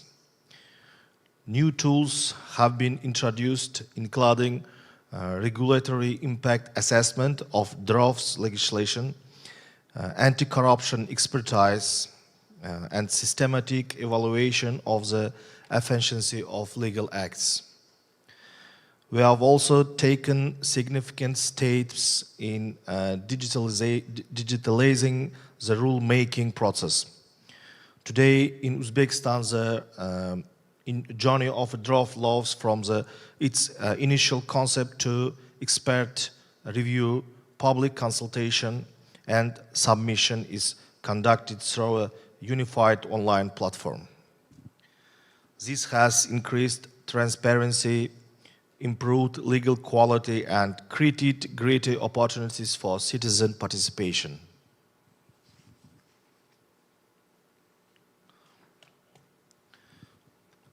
In parallel, the government of Uzbekistan is strengthening the system of electronic public services. During the last 5 years, over 70 services have been simplified, and both processing time and required documents have been reduced by at least half. By 2028, we aim to expand the number of service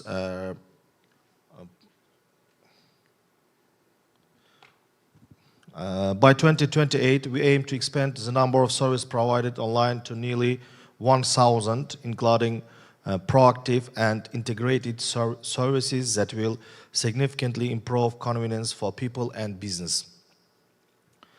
Artificial intelligence is becoming one of the key drivers of progress in our country. In line with our AI development strategy until 2030, we are introducing intelligence technologies in finance, customs, agricultural, healthcare, and energy, while ensuring that human rights and national interests remain fully protected. One of our priorities is to enter the group of the top 50 countries in the Global AI Readiness Index. We are also paying great attention to transparency in legislation. The National Legal Database, lex.uz, helps ensure open access to laws and regulations for all. It operates in 3 languages, contains more than 50,000 documents, and received over 8 million visits each month. In addition, artificial intelligence tools developed by the Minister of Justice are already serving citizens directly. The Lex AI, a virtual legal assistant, provides user with online answer to legal questions, helps prepare and analyze documents, and includes a service that allows listening to documents into Uzbek, Russian, and English. A service used more than 2 million times per year. Another important innovation is a legal tech system, which enables automatical generation of legal documents. Through this system, people can prepare applications and contracts without a lawyer. The legal tech service is used about 120,000 times per month, totaling approximately 1.5 million users per year. These services increase access to legal information and make it easier for citizens to exercise their rights. Looking ahead, Uzbekistan has set a clear ambition to become a regional leader in the development of digital and artificial intelligence technologies. Our priorities include establishing a solid legal framework to regulate AI, improving technical standards, strengthening international cooperation, building modern infrastructure, and enhancing professional capacity. The Minister of Justice plays an active and leading role in integrating AI into rulemaking and the digitalization of legal information. We are currently developing tools that will allow AI to conduct a preliminary analysis of draft legislation, identify conflicts and duplication, and automatically integrate new acts into the legal database. At the same time, we are working on the creation of a unified AI-based legal services ecosystem, ensuring that legal assistance is delivered to citizens and business swiftly, conveniently, and transparently. We strongly believe that progress in this area requires close international cooperation. Our country stands ready to strengthen partnerships with the states represented here today, particularly in cybersecurity, intellectual property protection, and the regulation of digital services. When we join efforts and share best practice, we ensure that modern technologies benefit people, strengthen justice, and support sustainable development. Ladies and gentlemen, the digital transformation creates not only new opportunities, but also new responsibilities for policymakers. Together, we must build a future in which innovation goes hand in hand with human rights, equality, and public trust. Thank you for your attention.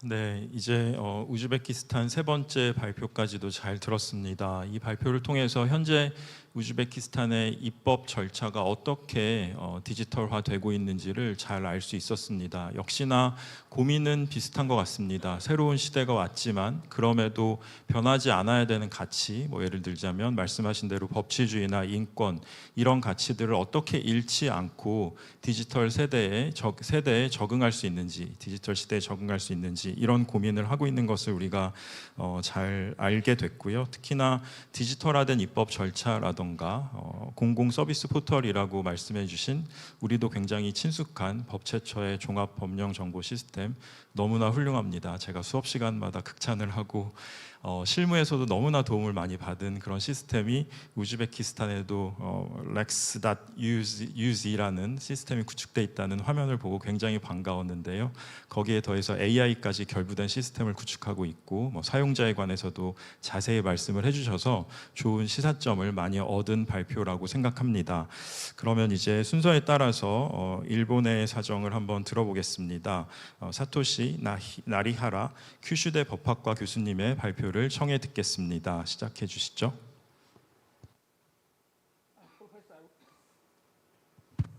Professor Lee, thank you for the introduction.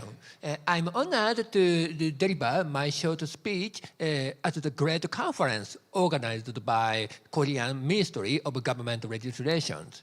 Today, I'd like to talk about legislative development toward the digital society and society 5.0 in Japan. As an information law scholar, I have studied legal issues of digital platforms, artificial intelligence, and other digital technologies, comparing US law, EU law, Japanese law.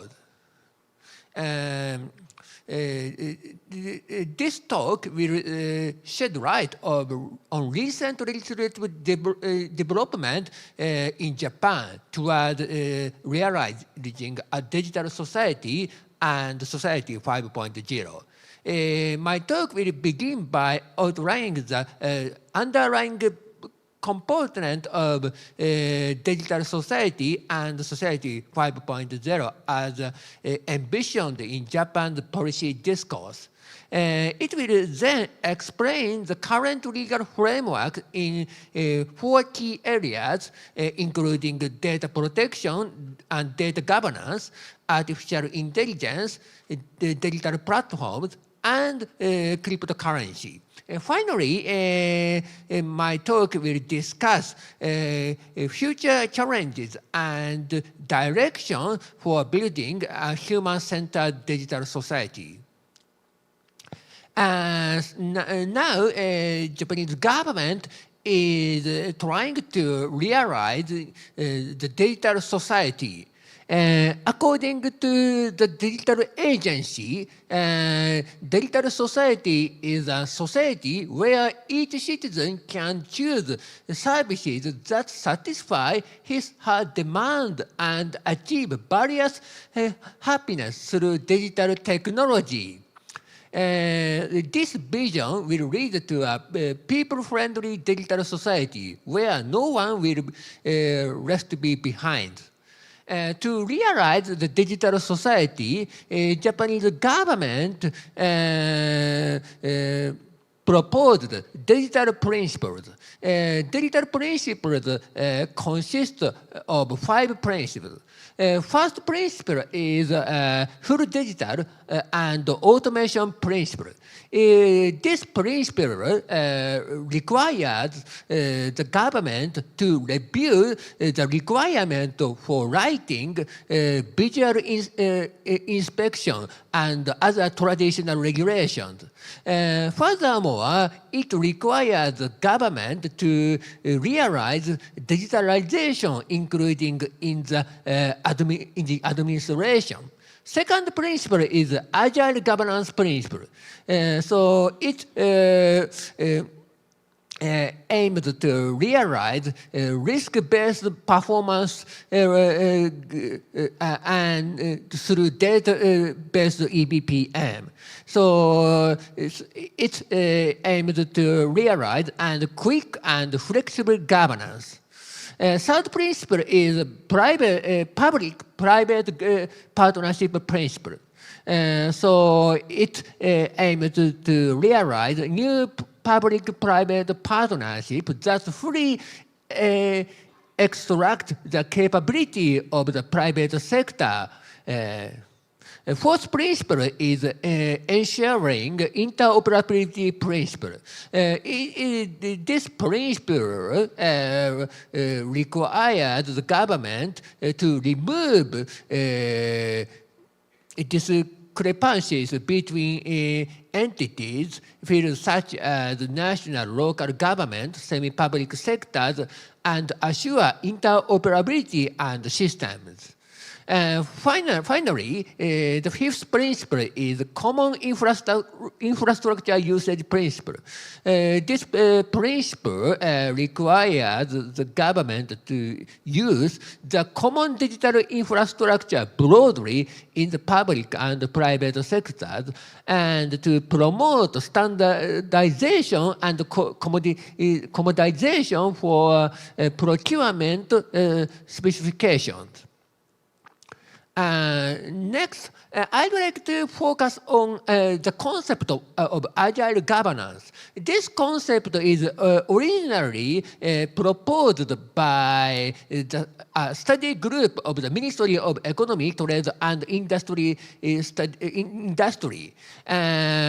According to the study group, agile governance refers to a model where diverse ranges of stakeholders, including government, businesses, individuals, and communities, carry out ongoing analysis of the social situation they find themselves in, define the goals they seek to achieve, design various systems for achieving these goals, and carrying out ongoing dialogues based on assessment of outcomes to make improvement to these systems. Introducing the new model of agile governance, Japanese government is trying to transform its legacy governance mechanism. Furthermore, the ultimate goal of the Japanese government through digitalization is to realize Society 5.0. Society 5.0 refer to a human-centered society that balances economic advancement with the resolution of social problems by a system that highly integrates cyberspace and physical space. According to Japanese government, we humans have had 5 stages of our society. First society is hunting and gathering society. Second society is agricultural society. Third society is industrial society. And fourth society is information society, where we are living in.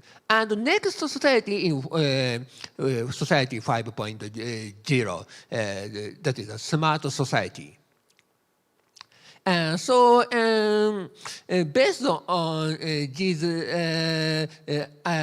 ideas and goals, Japanese government has introduced new legislation and amended some relevant acts.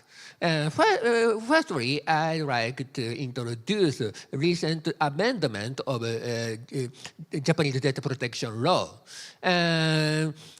The Act on Protection of Personal Information was enacted in originally 2003 and amended 2015, 2020, and 2021.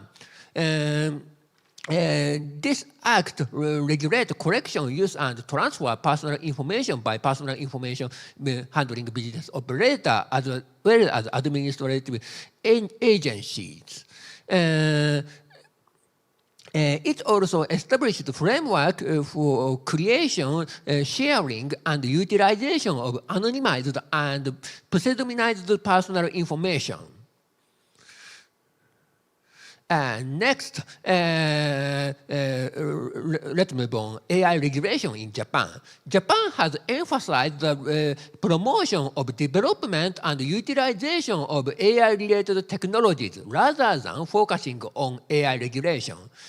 So Japan has explored a soft law approach to AI governance, while it amended some specific laws such as the Copyright Act, Road Traffic Act to encourage AI development and utilization. In this May, Japanese government enacted the AI Act. This act is the basic law to set the policy measures without imposing strict regulation and formal sanctions on AI research and businesses. So Japan explores a middle path between US and EU. This is the basic framework of AI Act. Next, let's move on. Platform regulation in Japan. Last year, Japanese government amended the Provider Liability Limitation Act. Under the amended act, now large digital platform services are required to respond to deletion requests within 1 week, and they are required to improve transparency of their content moderation. And finally, Japan has amended existing law to protect holders of cryptocurrencies. So, as I illustrated, Japan has tried to implement digital legislation. However, we have some challenges. For example, digital technologies are rapidly developing. So we need a continuous revision and update of digital regulation, and we need re-evaluation of impact and risk of digital technologies. Thank you for listening.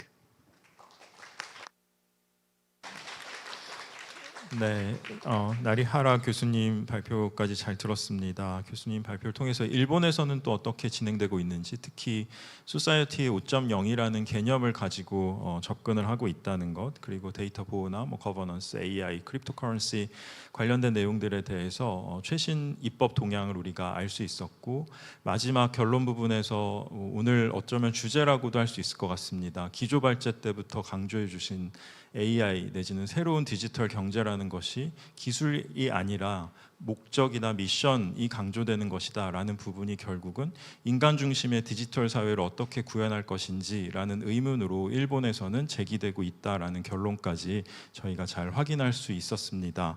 네, 이제 마지막 순서로 1세션의 마지막 순서로 말레이시아에서 오신 식 챙팽 교수님의 말씀을 발표를 듣도록 하겠습니다. 네, 시작해 주시죠.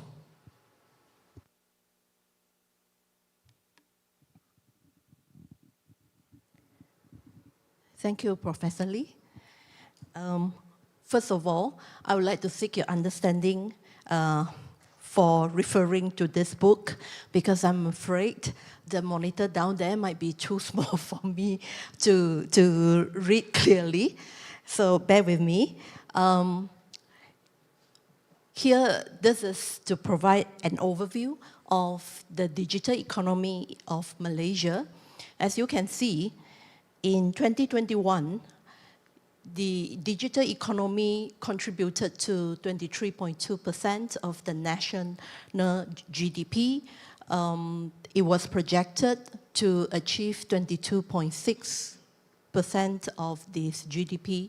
For this year, you might wonder why the projected percentage is lower than what we achieved in 2021.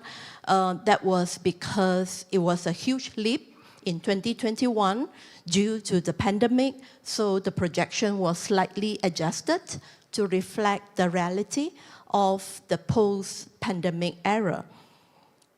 So I will approach these legislative developments for digital economy in Malaysia in 5 aspects, 5 main aspects. The first one is on data governance. We have this Personal Data Protection Act that ensures privacy and data protection for personal data collected in commercial transactions. It does not apply to data collected by the government. However, this year, the new legislation has been passed, that is the Data Sharing Act 2025, which allows this safe and secure data sharing between government agencies. However, this does not fill up the entire gap left under this Personal Data Protection Act, because the Data Sharing Act is only relevant when there is data sharing between government agencies. So this is for data governance. Next, on blockchain and cryptocurrency. Cryptocurrency is given legal recognition as a digital asset by the Central Bank of Malaysia. However, the Central Bank of Malaysia has clarified and stressed that it is not a legal tender, meaning that you cannot insist on paying with this cryptocurrency. So through case law, we have also seen our Malaysian judges have no difficulty or no problem in accepting cryptocurrency as a valuable consideration for valid contracts. There have been case law where someone bought luxurious cars paying with cryptocurrency, and the court accepted that as a form of valuable consideration. Of course, there were some other issues with that because we see the challenges with using cryptocurrency as a mode of payment would go unnoticed. No stamp duty or tax was collected, and that is because the anonymity provided to the users. So that is probably one of the main challenges we will have with cryptocurrency. Next, on AI policy and ethics.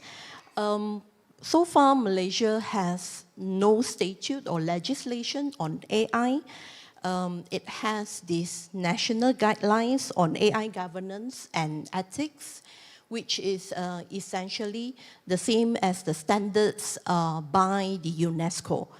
The government has repeatedly expressed its intent to have a statute on AI on its own, but to date, there is no legislation being made yet. I guess they are still working on it, and I personally doubt that it is possible to have an efficient and adequate all-encompassing statute on AI. It is more likely to be approached in different aspects under various legislations. The next one would be on e-commerce and digital contracts.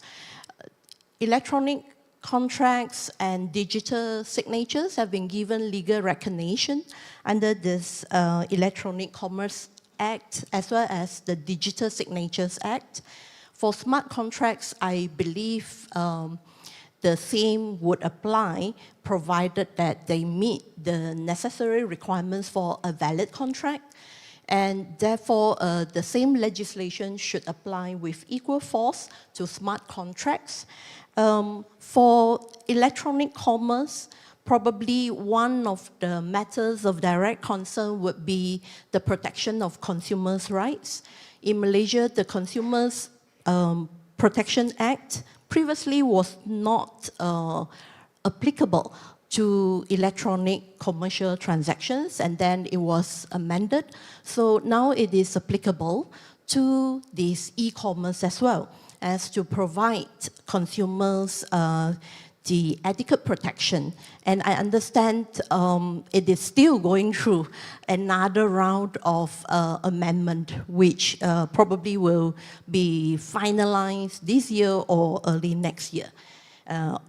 This was done in order to enhance this protection of consumers, essentially.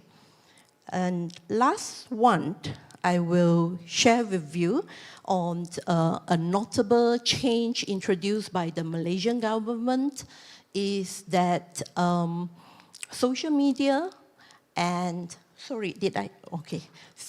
social media and messaging platforms which have over 8 million users would now have to apply and obtain a license from the government in order to operate their business in Malaysia. So companies such as Facebook and WhatsApp have already applied and get a license. And with that licensing requirement, therefore, they are now subject to the Malaysian regulations. And another aspect that we might want to look at is the regulation over the online materials. In Malaysia, we have this content code that serves as voluntary self-regulation requirements. So it is not a law that if you don't comply with it, it is an offense. So that is the approach the government has undertaken to address the issues of what is decent and what is inappropriate to be posted in the online environment. And it was last revised in 2022 to address matters such as online abuse, gender-based violence, as well as to promote ethical advertising practices. For instance, social media influencers are now required to make explicit disclaimer or notices in the content they create, such as the videos they make, if it is sponsored. So it is to promote a product or service for any company. So it has to be explicitly made clear in the content that they make.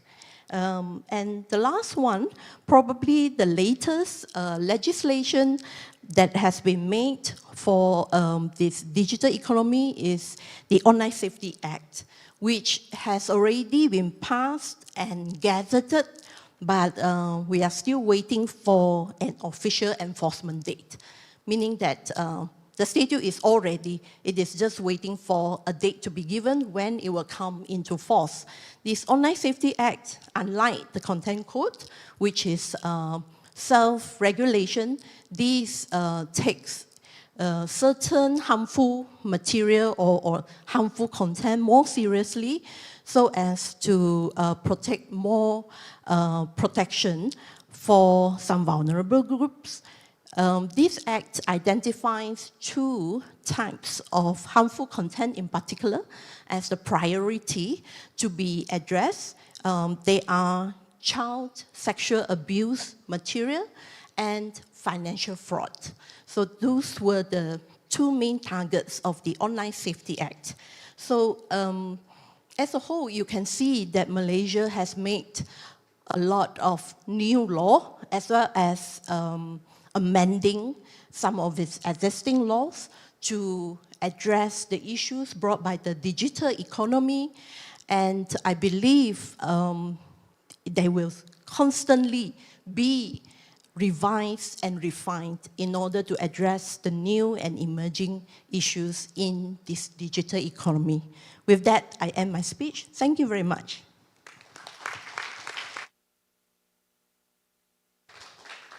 네, 마지막 발표까지 잘 들었습니다. 말레이시아의 데이터 거버넌스 체계, 그리고 블록체인 암호화폐 규제, 그리고 인공지능 정책이랑 윤리, 게다가 전자상거래, 디지털 계약에 이르기까지, 또 마지막으로는 디지털 플랫폼 어떻게 규제할지, SNS에 대해서 어떤 규제가 이루어지고 있는지에 관한 최신 입법에 관해서 우리가 들을 수 있었습니다.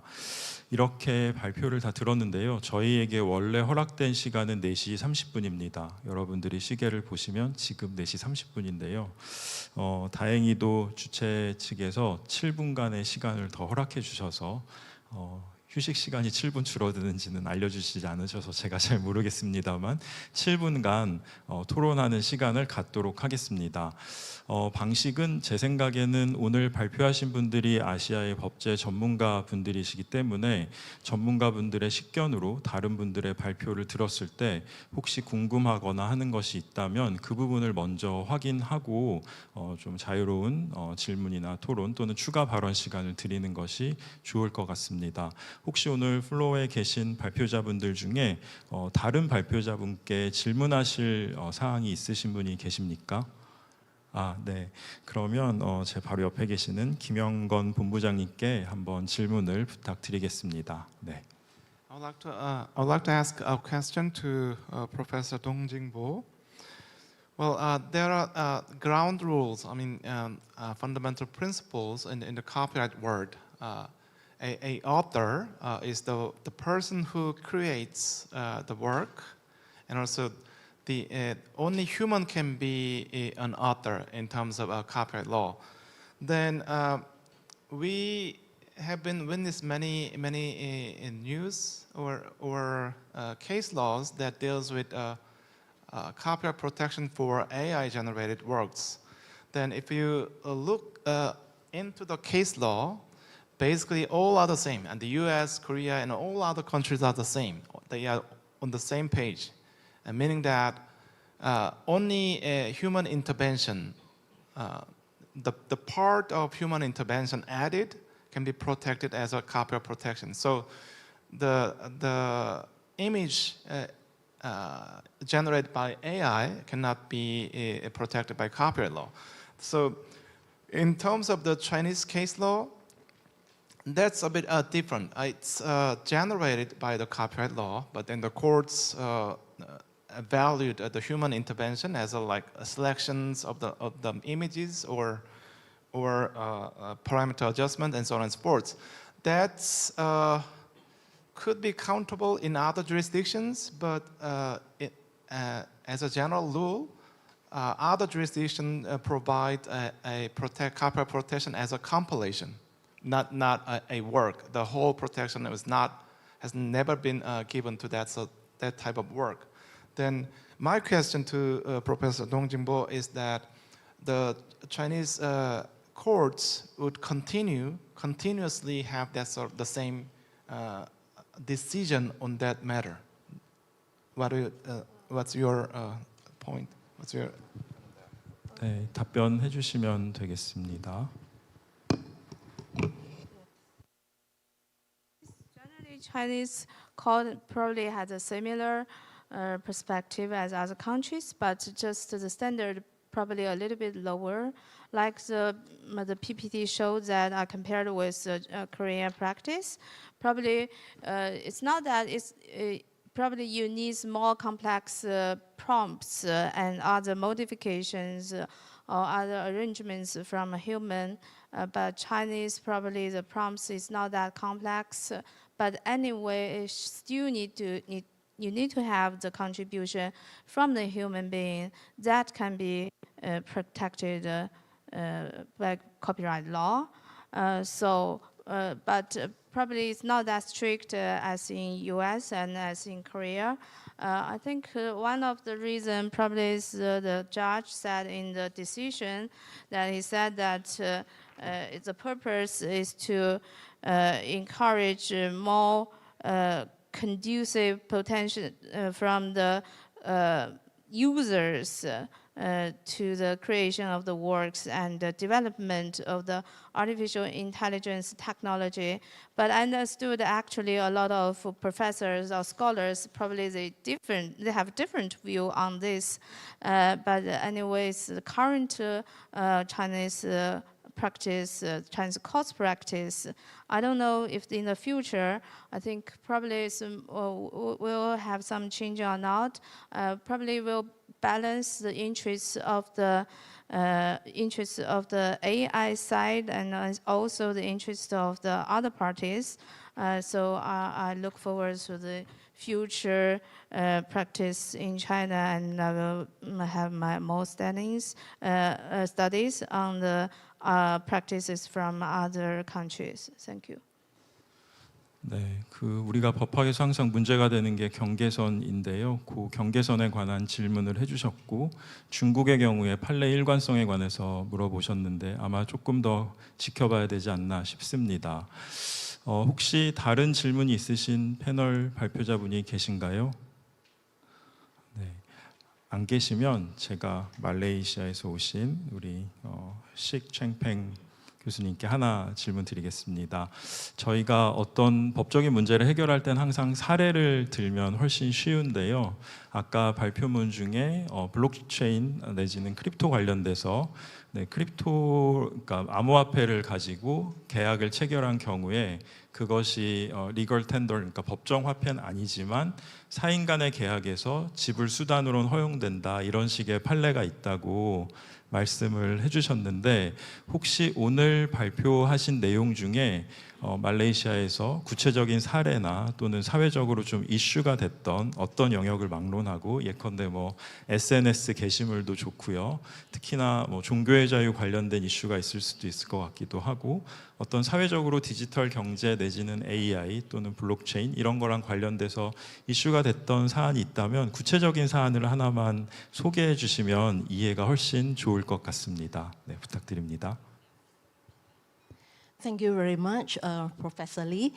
Perhaps I can share with you, with your on this cryptocurrency. As I mentioned just now, there was a lawsuit where the court recognized cryptocurrency as a valuable consideration for the purchase of luxurious cars, but that was addressed under contract law. And for your information, in Malaysia, if you have these criminal cases for intangible assets like cryptocurrency, at this moment, I would think we would still have this difficulty to prosecute people of stealing, for example. In Malaysia, the penal code providing for the offense of stealing only applies to tangible properties. It does not apply to intangible properties. Another offense of fraudulent possession also does not apply to intangible assets. So we have case law where, for instance, someone has in his bank account money resulting from scam, and prosecutor tried to take action against these people under the offense of fraudulent possession. Malaysian High Court judges have conflicting views on this issue, whether the offense of fraudulent possession can apply equally to money in banks because of the requirements for having in possession. Basically, when you deposit money into the bank, the money is not in your physical custody or control. So those are the difficulties Malaysia is still facing. And I think that is one important aspect that Malaysia definitely has to look into in order to provide this safeguard and also complete protection for intangible properties. Thank you. 네, 답변 감사합니다. 역시나 또 경계선 문제인데요. 민사상으로는 인정될 수 있지만 형사 문제까지는 어떻게 될지는 지금 여전히 진행 중인 과제라는 답변을 잘 들었습니다. 저희가 시간이 더 있다면 조금 토론을 더 했으면 좋겠지만 이미 시간이 좀 허락된 시간을 지나서 토론은 이 정도로 마치겠고요. 역시나 우리 아시아의 법제 전문가들을 모시니까 앞으로 어떤 방향으로 가야 될지에 관한 균형점을 좀 찾는 그런 시간이 되었던 것 같습니다. 수고해 주신 발표자 분들께 다시 한번 박수 부탁드리고 첫 번째 세션 마치겠습니다. 감사합니다.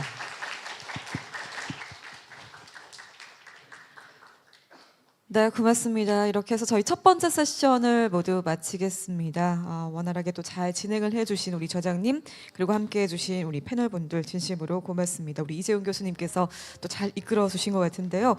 저희 현재 시각이 4시 40분을 가리키고 있습니다.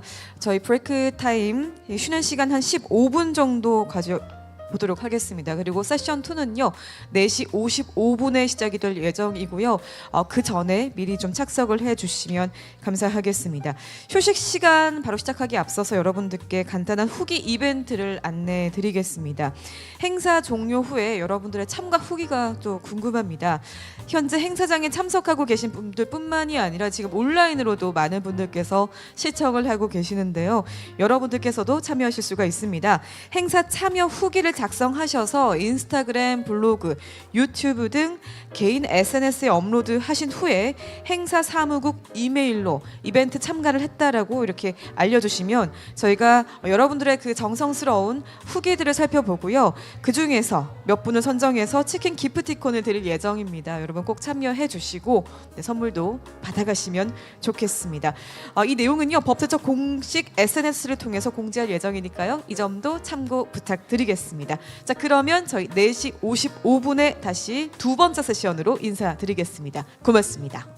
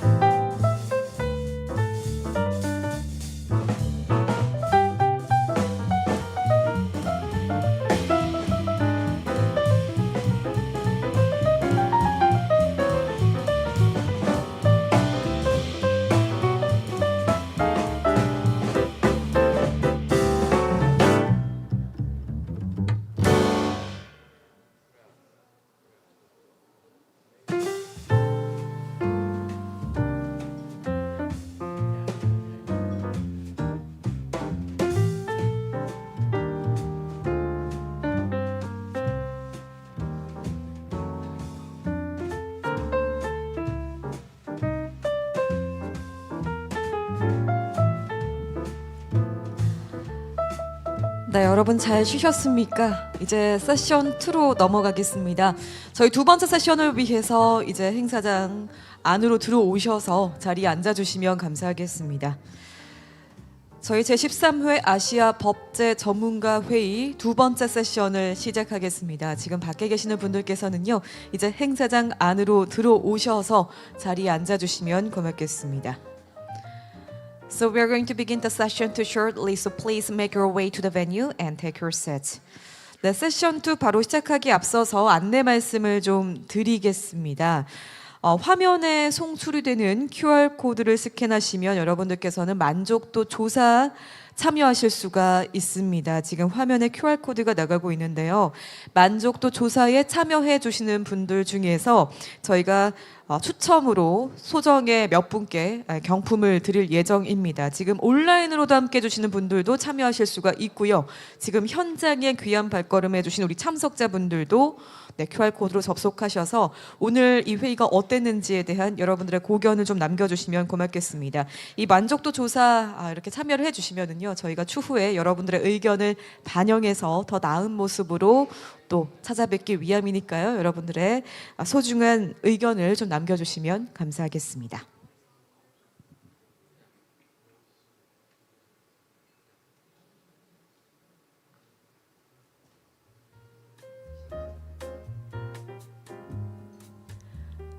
네, 그러면 세션 이제 시작하겠습니다.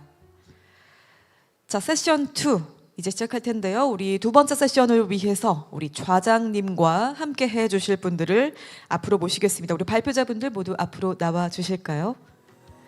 자, 우리 좌장님과 5명의 패널 분들을 모시고 디지털 경제 법제에 대한 발표 그리고 토론을 진행하겠습니다. 이번 세션에서도 우리 또 많은 전문가분들을 모실 텐데요. 지금 화면에 이름이 나가고 있습니다.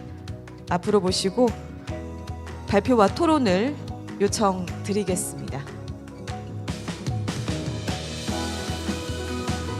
네, 아무래도 리시버를 들고 나오시면 좋을 것 같은데요. 네, 자리에 있네요. 네, 모두 자리해 주셨습니다. 자, 그러면 좌장님을 먼저 소개를 하고 이제 마이크를 넘기도록 하겠습니다. 우리 좌장으로 세션 2를 이끌어 주실 분은요, 현재 해양수산부 규제혁신위원회 위원이시고 전 법제처 법령해석심의위원회 위원이셨던 한국법제연구원 차현숙 혁신법제본부장님께서 이번 세션을 또 잘 이끌어 주시겠습니다. 뜨거운 박수 부탁드리겠고요. 네, 그러면 지금부터 좌장님께 마이크를 넘기도록 하겠습니다. 부탁드립니다. 네, 안녕하십니까. 방금 소개받은 한국법제연구원의 차현숙이라고 합니다. 이 세션 사회를 맡았습니다. 1세션과 마찬가지로 5분의 발표자를 모시고 이 세션을 진행하도록 하겠습니다. 먼저 5분의 발표자를 소개하겠습니다. 콩팔락 캄보디아 우정통신부 차관님 소개해드리겠습니다. 네, 박수로 맞이해 주십시오. 다음으로 바야스 갈란 두거르술의 몽골 법무내무부 법정책국 공법과 전문가님이십니다. 네, 큰 박수로 맞이해 주십시오. 나룬 뽀빠따나차이 태국 내각사무처 법률 영향평가 팀장님 소개해드리겠습니다. 네, 다음으로 레티 호앙 타잉 베트남 법무부 민사경제법국 부국장님이십니다. 마지막으로 우리 한국의 선지원 한양대학교 법학전문대학원 교수님 소개해드리겠습니다. 5분을 모시고 이 세션을 진행하겠습니다. 먼저 첫 번째 발표자이신 콩팔락 차관님께 발표를 부탁드리도록 하겠습니다.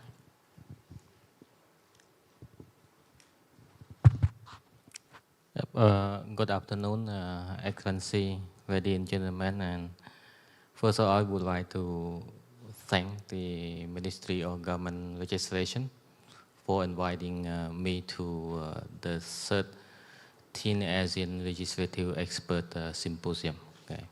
So within these 10 minutes, I will walk you through the policy and regulatory framework related to digital economy in Cambodia and how Cambodia is prepared itself toward the digital transformation.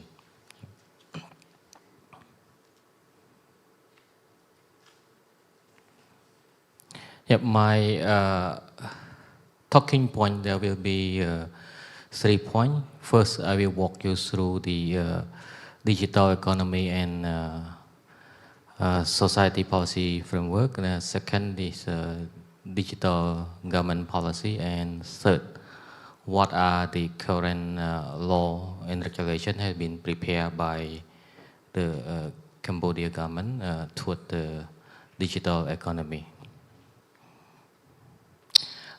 This is the first policy has been adopted in 2021. So Cambodia aimed to build the digital economy and society by 2035.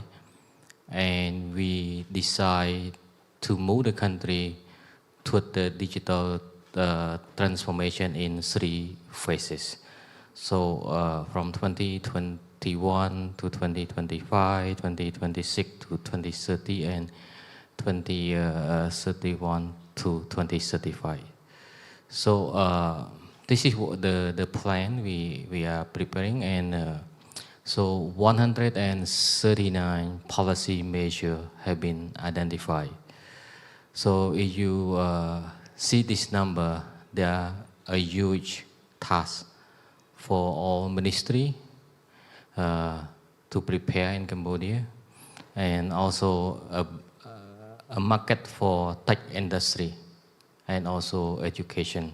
How can they work together with the Cambodian government to reach the goal in 2035? So Cambodia identified 3 main pillars toward the digital society 2035 is digital government, digital business, and digital citizen. So we aim for moving these 3 pillars along the policy implementation. Okay. And we use technology as the core principle toward the digital transformation in all sectors.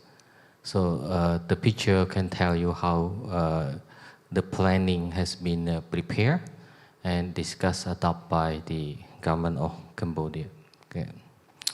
So based on this first policy, we call that policy is the umbrella policies, and it's called a living document. Okay, it's subject to change, and the policy measure can be modified or adapted based on the decision of the government from time to time. Okay. However, one specific policy has been prepared is the Cambodia Digital Government Policy 2022 and 2035. So we have identified 83 priority action plans, okay, that Cambodian government had to work on and adopt it for Cambodia. Among them is the number of laws that I'm going to share with you in the next slides. So to fit with the theme of the agenda, preparing ourselves for digital economy in the future in the age of AI. Okay. The question is very interested and much with what we are discussed in the ministry. Okay. Whether we should prepare a single law on digital economy, or there should be a standalone law for digital economy. So look at the practice in the world. So there are standalone law on particular digital issue has been prepared. So Cambodia took the similar approach, and but I'm not sure in the future from this symposium whether there should be a discussion to promote a common digital economy framework for each state in the world. Yeah. Because the nature of the state, I think, is changing from the constitutional law point of view. I talked with professor during the discussion, because the nature of state now, we can call the data state. Yeah. So we base on the data. Okay, economy run on digital platform technology. So how can we shape our regulation in each country? So Cambodia, we do not try to take the different approach, but we try to follow what other country has been doing so far. So we prepare the law on cyber security and the law on cyber crime and the law on personal data protection and the law on digital government. So the 4 laws have been drafted and now at the discussion at the ministry level, and the draft law on cybersecurity now at the Council of Ministers, and we supposed to have this law by the end of this year, and the other law will be passed next year, I hope so. At the same time, we are working on 2 other laws, a law on ICT and the law on online safety.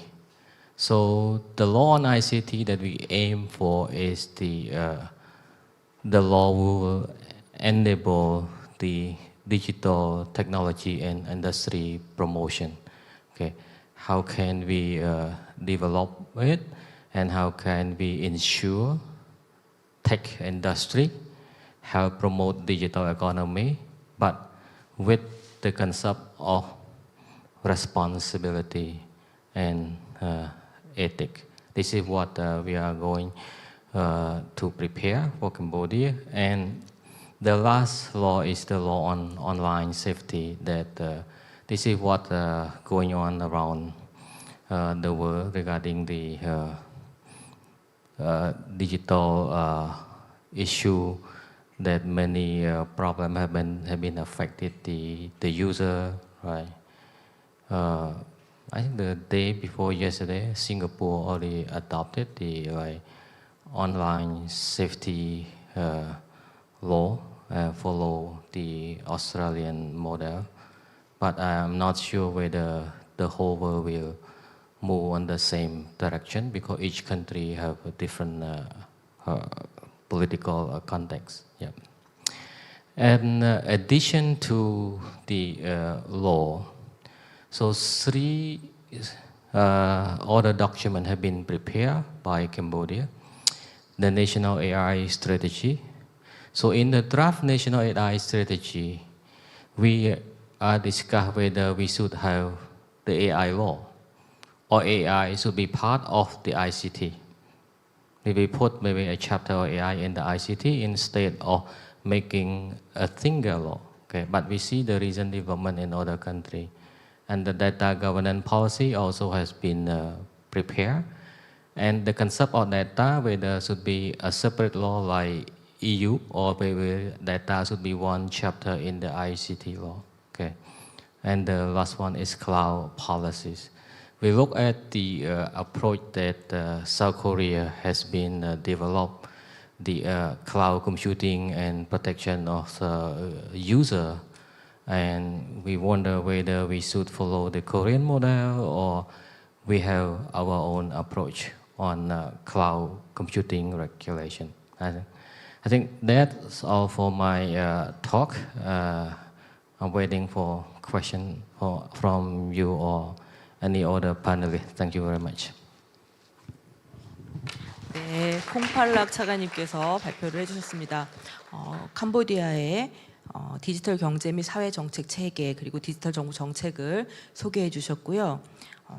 그와 관련해서 최근 추진되고 있는 개인정보보호법이나 디지털 정부법 등 추진되는 사항들에 대해서도 같이 설명해 주셨습니다. 캄보디아의 디지털 정부 정책 비전이 국민의 삶의 질을 향상하고 더 나은 공공 서비스를 제공하는 데 있다라고 하는 발표 자료를 보았습니다. 그 점에서 국가마다 정책 추진의 속도나 방향은 다를 수 있지만 결국 목적지는 같다는 것을 확인할 수 있었습니다. 네, 발표를 해주신 콩팔락 차관님께 다시 한번 박수 부탁드립니다. 네, 다음으로 바야스 갈란 두게르술의 전문가님의 발표를 청해 듣도록 하겠습니다.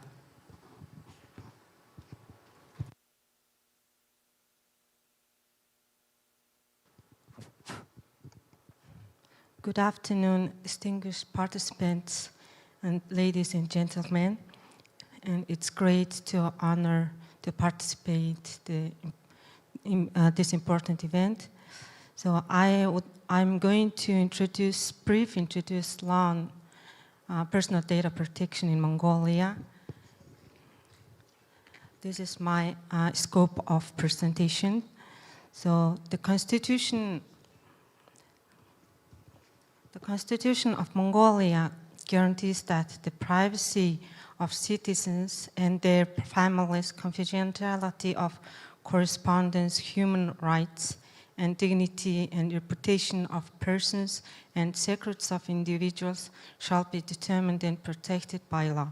Now, Mongolia first enacted the law on individual secrecy in 1995. In Mongolia, due to ongoing social changes, development, and the rise of the digital era, protecting personal information under the law on individual secrecy has become increasingly challenging.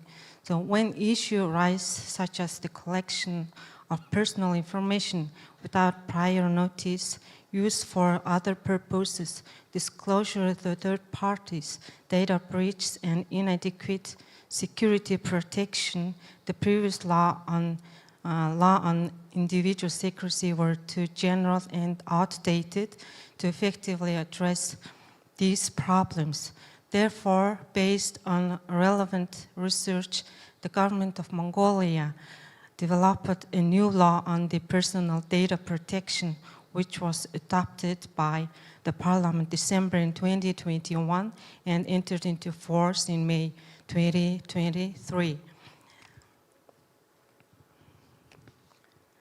Under the previous law, individuals were largely responsible for protecting their own privacy.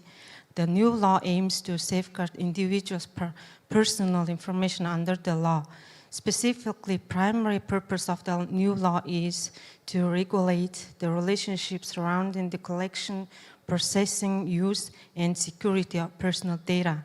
This law applies all individuals, legal entities, and organizations, both public and private, that are involved in the collection, processing, use, or protection of data, personal data within the territory of Mongolia.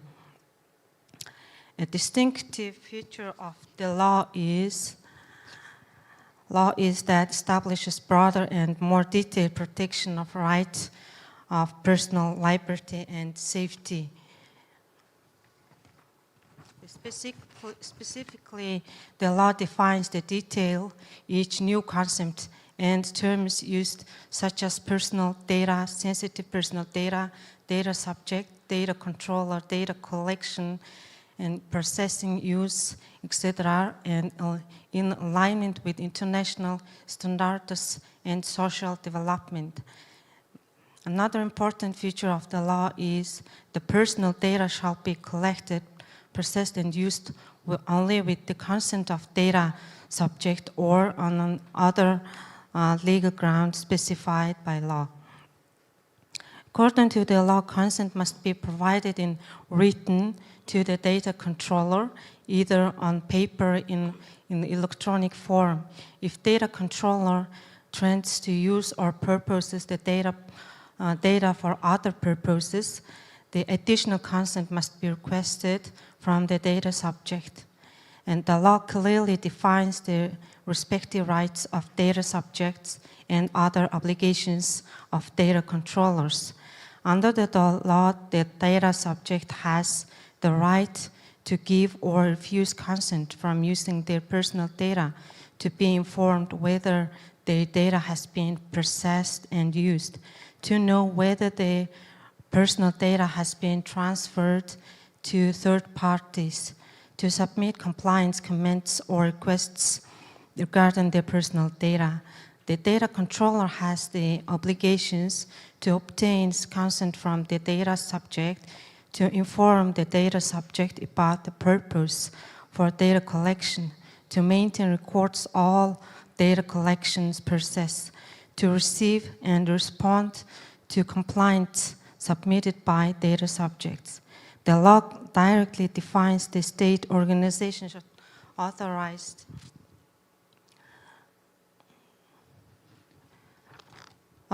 to collect and use individuals' genetic and biometric data depending on the nature of their functions, such as the state registration authority, the border protection authority, forensic organizations, and competent authorities specified the law. The law clearly specifies the following prohibitions regarding the collection and processing using from the data. It is prohibited to transfer the personal information abroad without the owner's consent, or it is prohibited to use personal information for other purposes to disclose obtained information to others.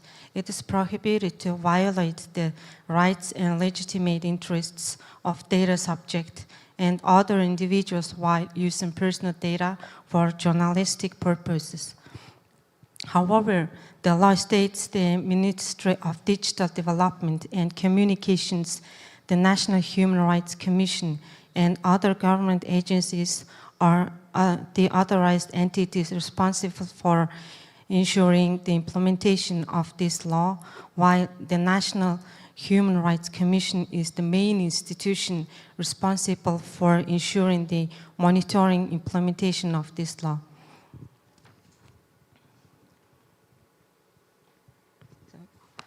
According to the data subject has the right to file complaint regarding the collection, processing, and use of personal data with the relevant organization or to the National Human Rights Commission. If the data subject disagrees with the decision of these organizations, they have the right to appeal to the court. The law establishes liability for violations. If person or legal entity violates this law, they shall be held accountable under the law on violations or the criminal code, depending on the severity of violations. Under the law on violations, offenders may face fine depending on the act of violations. Under the criminal code, depending on the aggravating circumstances, penalties will include fines, community service, restriction of movement, or imprisonment.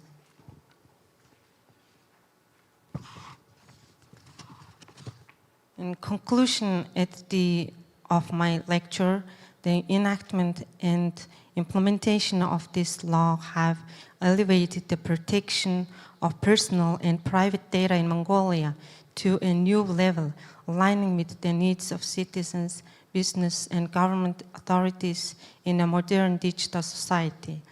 As artificial intelligence and information technology continue to advance rapidly, there will be an increasing need for the new regulatory measures.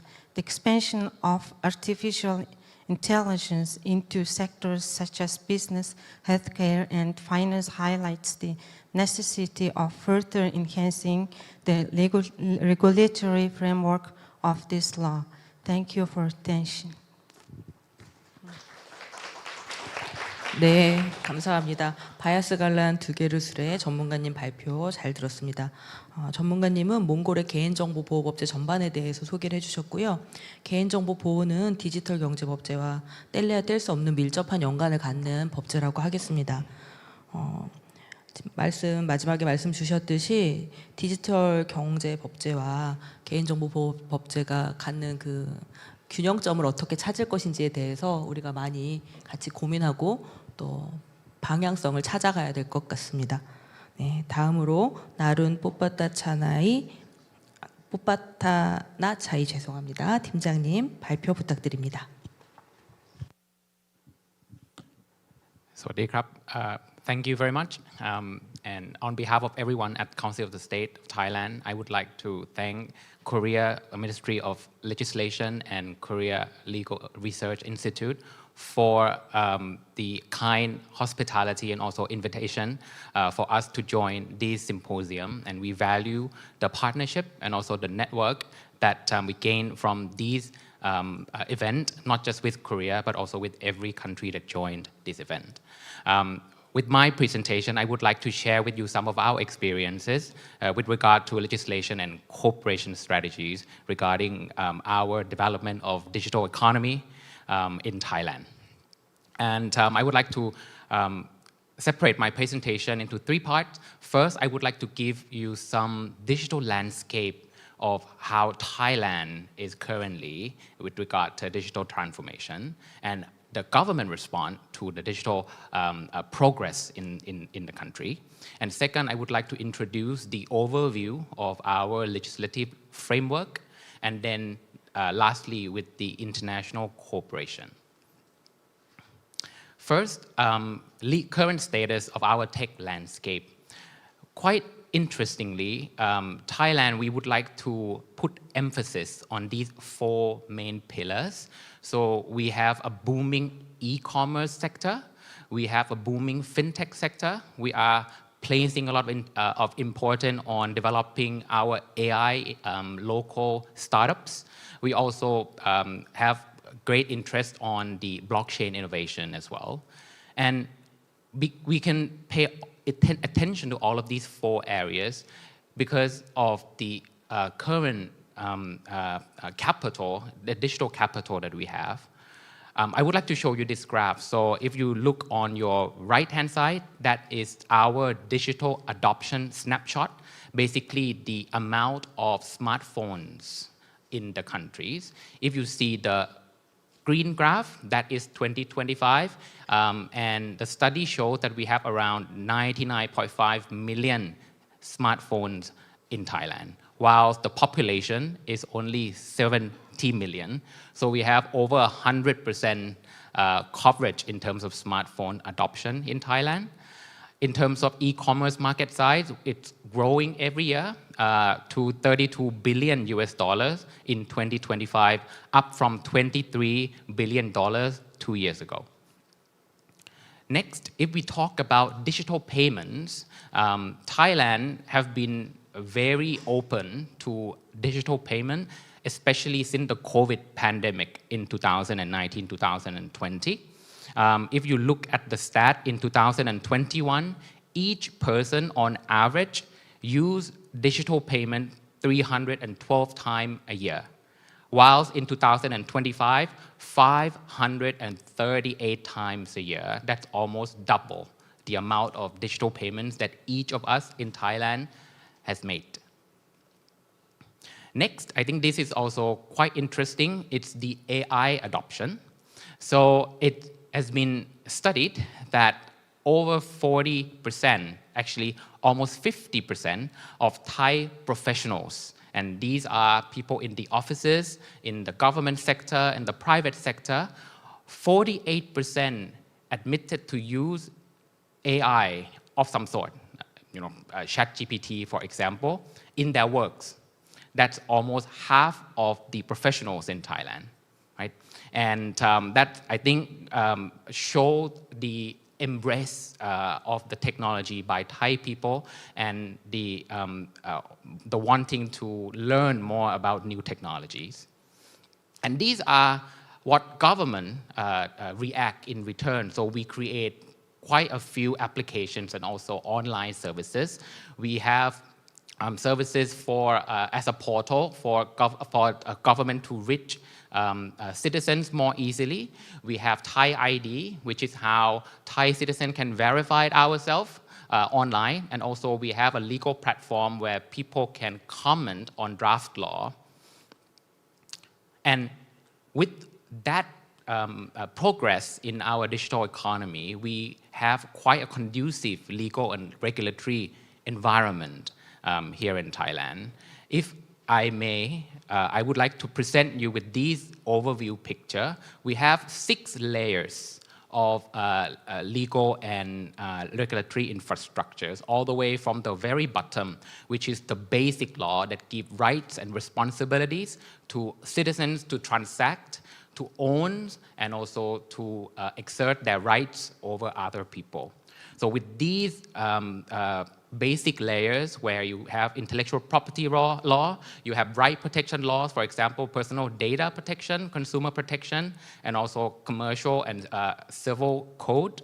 We also have the second layers, and this is, to my humble opinion, very important, because this is how we leverage our basic law to the digital space. We have Electronic Transaction Act, which models on the UN standards, and this act has been updated regularly. And we also have Digital Government Administration Act, which allows government to offer their services and receive communication from the public through digital means. And these laws came out 2 years ago. And then on the third layers, we have basic digital foundation. These include Telecommunication Law, Computer Crime Act, Cybersecurity Act. And then the level 4, we have Digital Economic Infrastructure. This is Digital Payment System Act, Credit Information System Act, and then all the way to the regulatory frameworks and also the government policy setting. So we have the whole regulatory and legal environment ready to jumpstart our digital economy. And then we have these 3 laws in the pipelines that we are looking at. So we are in the process of updating our electronic transaction bill to reflect the most up-to-date UN convention. We also have digital platform economy bill in the pipeline, though we already have a digital platform regulation in place right now. We're also thinking about introducing new digital technology called crime prevention bill also. So as you can see, it's quite a comprehensive framework to match the level of advance in terms of adoption of digital technologies in Thailand. And lastly, I would like to share with you also our cooperation strategies. I think, when you talk about digital landscape, digital economy, or digital society, Thailand is not an island. We live in a global society. We want to reach out to as many friends as we can. We want to build bridges, and that's why we place great importance on cooperation strategies, especially in the area of digital development. And first among which is our mission to join the OECD. And Korea is actually one of our main supporters in this quest to join, to become a member of the OECD. And because of the language barrier, Thai, we speak Thai, not a lot of people speak English. So we create a platform where we use AI to translate OECD legal instrument into Thai. Firstly, for the government officials to then understand what's the obligation entails when you join the OECD and trying to jumpstart or at least review their existing law and regulation. So as you can see, your right-hand side is our portal where we translate the OECD instrument from the OECD website directly. So this is now become the portal where the government can then take a look at what is the obligations required from the OECD. And then we are also championing the legislative and regulatory practice network in Southeast Asia region. And this is also a partnership with the OECD and OECD member country in Asia Pacific region. We would like to create a network where we can share experiences and also ideas, just like what we are doing today. And as I said, we are building bridges around the world, and we are very grateful for the opportunity to come out and explain what we are doing and making friends in the international stage. Thank you. 네, 나룬 뽀빠따나 차이 팀장님 발표 잘 들었습니다. 태국의 기술 환경과 디지털 정보 현황, 그리고 디지털 경제 관련된 전자상거래법 등 입법 추진에 대해서 자세히 소개를 해주셨습니다. 특히 마지막에 말씀 주셨던 법률과 AI를 연결하는 에이전틱 AI 처리, 이 부분에 저도 굉장히 기억에 많이 남고요. 저같이 언어가 좀 부족한 사람들도 그 국제적인 활동을 할 수 있는 그런 기반을 태국에서 마련하고 있다는 점에서 반가운 소식이라고 생각이 되고, 이런 것들을 기반으로 오늘과 같은 자리에서 같이 교류할 수 있게 되어 굉장히 기쁩니다. 네. 다음으로 레티 호앙타잉 베트남 법무부 민사경제법국 부국장님께 발표를 부탁드리도록 하겠습니다. Ladies and gentlemen, I am very pleased to introduce about the topic Vietnam legal framework on digital economy, the development to orientation and the proposal for legal cooperation. And let me talk about introduce about the main content of my presentation. I will talk about the Vietnam legal framework on digital economy. And the part 2, I will talk about the development orientation, the situation of Vietnam legal framework, the aim to improve the legal framework. And the part 3, I will talk about proposal to legal cooperation. And in the part 1, I will talk about, let me talk about overview of legal framework on digital economy of Vietnam. In Vietnam, the digital economy is considered affect to many legal relationships. For example, to make the post new requirement for the legal framework. And the legal system on digital economy are built and perfect based on 4 main policy. We have 4 main policy to improve legal framework. The first one is improve legal framework system as soon as possible. And the second, the policy, we have to develop science and technology. And the third main policy, we need to develop private economy. And the 4 main policy, we need to improve in international cooperation, legal relationship. And we have 4 solutions. The number solution is 57, 59, 66, and 68. And there are many legal documents to enact in digital economy. And we have especially we are drafting AI law.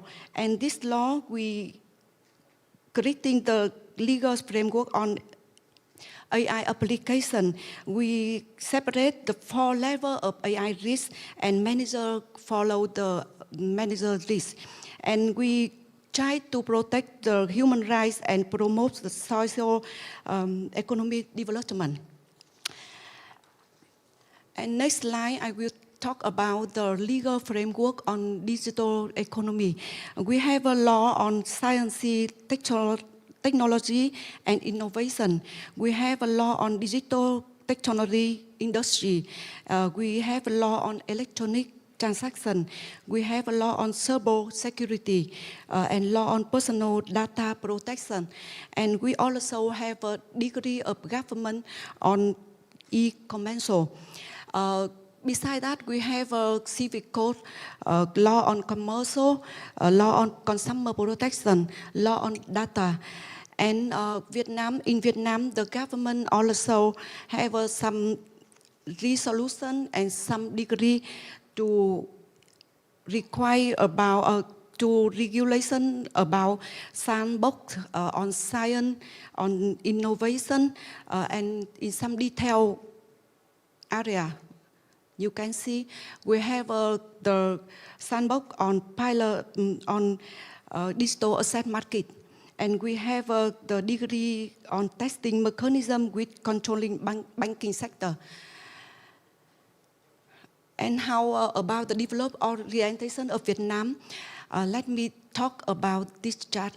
You can see in Vietnam in 2024, the contribution of digital economy is about 13%, and we aim to have a contribution of digital economy about 30% on 2030. And I think this number is not easy to have, and we try to reach to be the top of 50 countries to develop the digital economy. And it's very difficult for the lawmaker how to improve the legal system.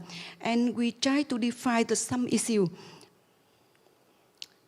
The first issue of us, we have to try to define the scope of each law and to separate the scope of each law. For example, we are building the law on digital transformation and law on e-commerce, and we have to separate this law. The second problem, we have try to balance between promoting the development and manage the risk. And the third issue, we try to find the new way find a good way to have a provision on the new models such as sharing economy, platform economy, and door-to-door transaction, smart logistics, and digital agriculture. And we try to have a regulation sandbox in some areas. For example, in regulation on smart contract. And in Vietnam, we have 4 points to improve the legal system. The first point, we have the new point, the rule of law is to create the development, to promotion, innovation, and manage risk. This point is instead for the point to management supervision. And the second point, we try to make the legal system to protection the human rights, and the people are the center position of the development. And the third point, we try to ensuring the harmony between national law and international law. And the fourth point, we try to remove, to continue to reform administrative procedure, and try to simplify the investment and business conditional. That's the 4 main points to improve our legal framework. And the proposal for the legal cooperation, we have 3 main proposals. The first one, we want to exchange and discuss the topic perfecting structure of the legal system. And the second, we want to learn experience for legal system. And we want to approach the sharing, to study about sharing economy transaction in digital environment. And we want to have to find the good way to have the good provision for Vietnam. And the last, we want to promote the international cooperation with other countries, and in AI lawmaking and to enforcement of the legal system. And to inclusion, I want to have we want to have more opportunity to study about other countries, to listen from other international colleagues, and I want to find the good way for the improved legal system. And for the end of my presentation, I want to thank you, the Ministry of Legislation of Korea, for warmly inviting us to come here and to talk about Vietnam and to listen to the international legal system. Thank you. 네, 레티항 타잉 부국장님 발표 잘 들었습니다. 베트남 디지털 경제를 위한 법적 체계 그리고 발전 방향을 중심으로 소개를 해주셨고요. 디지털 환경에서도 역시 인간이 중심에 놓여야 한다는 원칙, 이것은 오늘 심포지움 발표 전반에 강조되는 공통적인 사항이라고 말씀드릴 수 있을 것 같습니다. 또 국제 협력을 통해서 우수한 사례를 확인하고 이를 통한 베트남 디지털 경제 발전 방향을 찾아보고 싶다라고 말씀해 주셨던 점이 칼리와 오늘 아시아 법제 전문가 회의 개최 목적을 잘 보여준다라고 하겠습니다. 네, 마지막으로 선지원 교수님께 발표 청하도록 하겠습니다. 네, 반갑습니다. 한양대학교 법학전문대학원 선지원입니다. 오늘 이렇게 아시아 각국의 법제 전문가들이 모인 자리에서 또 발표를 할 수 있게 돼서 기쁘고 영광으로 생각합니다. 두 세션에 걸쳐서 많은 전문가들께서 디지털 경제 차원에서의 그 법적인 틀을 갖추기 위한 각종의 노력들을 말씀해 주셨습니다. 네, 이제 저는 최근에 우리 입법부가 입법을 하고 이제 내년 초에 시행이 되는 인공지능 기본법상의 윤리와 신뢰성 확보 제도라는 내용으로 발표를 준비했습니다. 이 주제를 이제 선택하게 된 이유는 우리나라에도 이제 많은 디지털 경제와 관련해서 다양한 법제들이 존재하고 오늘 많은 말씀을 주신 것과 마찬가지로 디지털 경제에 대비한 그 리걸 프레임워크를 구축하기 위해서 이제 노력을 해왔는데 그 중에서도 이제 최근에 아주 이제 주요한 디지털 경제에서의 주요한 그 자산이기도 하고 주요한 핵심 주제인 인공지능과 관련해서 이제 포괄적인 내용을 규율하는 그 입법이 되었기 때문에 이제 특히 그 중에서도 오늘 전체 이 컨퍼런스의 주제인 인공지능 일상화 시대를 대비하기 위한 그런 차원에서 인공지능 기본법의 내용 중에서도 인공지능의 윤리와 신뢰성을 확보하기 위한 그런 제도들을 좀 소개를 해드리고자 합니다. 인공지능은 이제 그 자체로서 뭔가 기술의 진보라는 가치도 가지지만 또 그 인공지능을 활용함으로 인해서 어떤 경제적인 부가가치를 얻을 수 있고 우리가 인공지능 자체로 이제 뭘 얻는 것이라기보다는 지금 여러분들께서 다 갖고 계시는 그 모바일 기기 등의 그 애플리케이션 안에 포함된 인공지능 기반으로 된 그 기능을 통해서 우리 삶의 편리함을 얻고 이제 굉장히 획기적으로 우리의 삶이 변했죠. 이제 우리 정부에서도 이런 인공지능의 특성을 일찍부터 직시하고 인공지능 발전을 위해서 여러 가지 노력을 해왔습니다. 근데 그 다양한 노력들을 이제 크게 두 가지 시각으로 나누어서 볼 수 있을 것 같습니다. 우리 앞서 베트남에서 오신 연사께서도 그 균형에 대해서 발전과 리스크 관리의 균형에 대해서 말씀해 주셨는데요. 인공지능 발전과 관련해서도 이렇게 장래의 성장 동력으로 인공지능을 발전시켜야겠다라는 이런 시각과 그런가 하면 이제 인공지능 아무래도 신기술이기 때문에 어느 정도 우리가 접하지 못했던 리스크를 가지기 때문에 그 리스크를 또 어떻게 제어할 것인가 이 문제도 중요한 테마가 됩니다.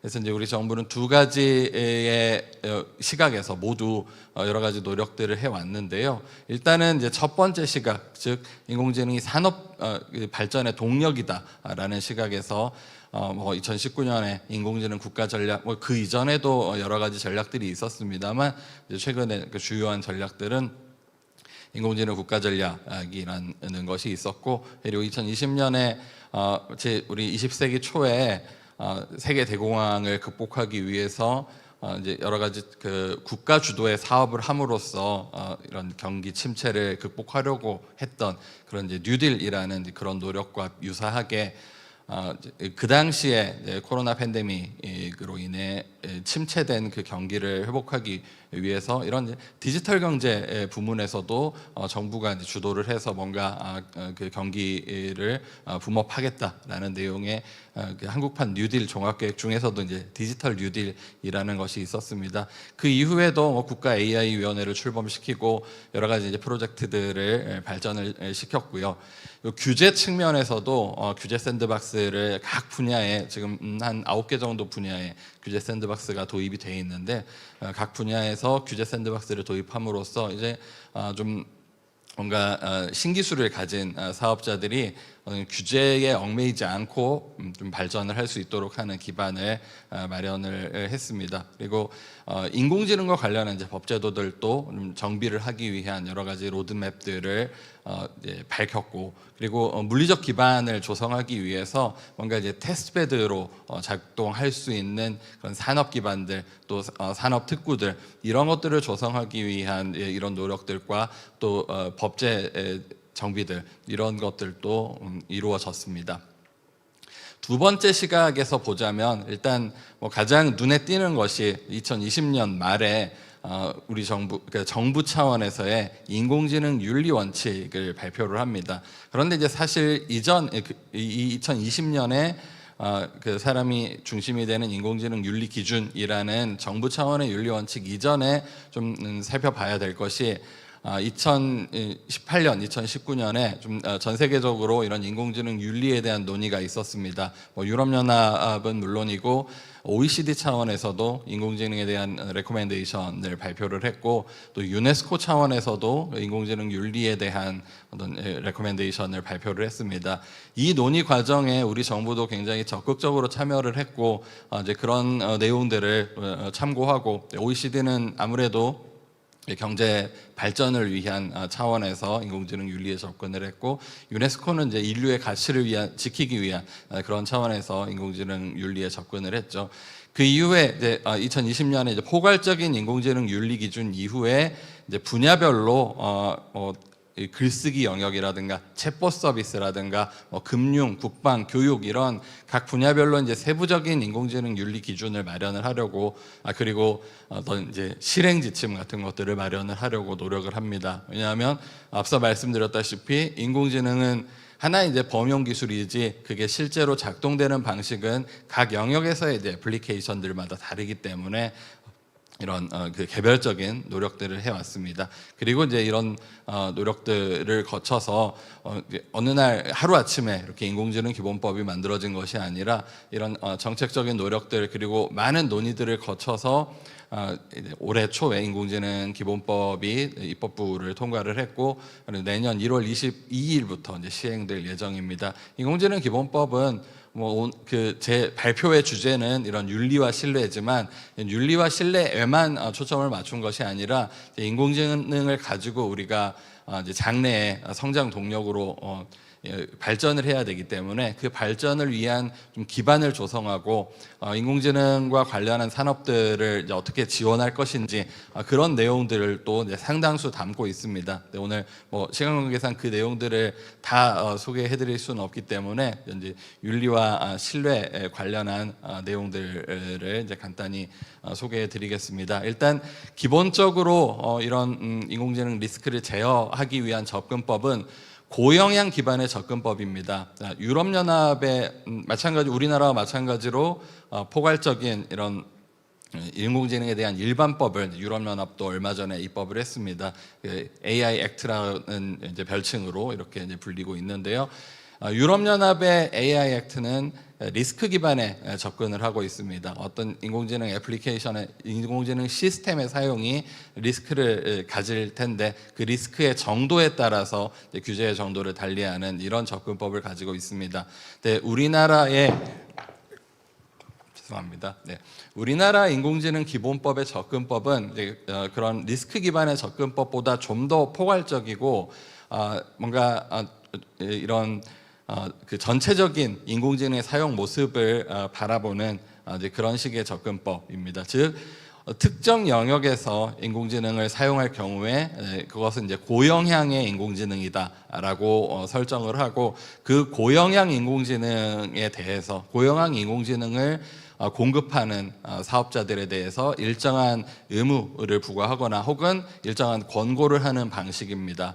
그래서 사업자에 대한 이런 의무, 인공지능 윤리 원칙을 마련하게 한다던가, 또 안전성, 신뢰성 같은 것들을 인증하게 한다던가, 투명성 확보 의무를 던가 안전성 확보 의무를 준다던가 그리고 고용량 인공지능과 관련해서 각종의 그 책무들을 둔다거나 혹은 그리고 마지막으로 고용량 인공지능이 기본권에 미치는 인간의 기본권에 미치는 영향에 대해서 사전에 좀 영향 평가를 하도록 이건 이제 의무는 아니고 권고를 하고 있는 이제 그런 내용들을 담고 있습니다. 그래서 각각의 이제 30조 이하의 이렇게 조문들 제가 이제 조문 순서대로 정리를 하지 않고 지금 말씀드린 약간 이제 논리 순서대로 이제 정리를 해놨는데요.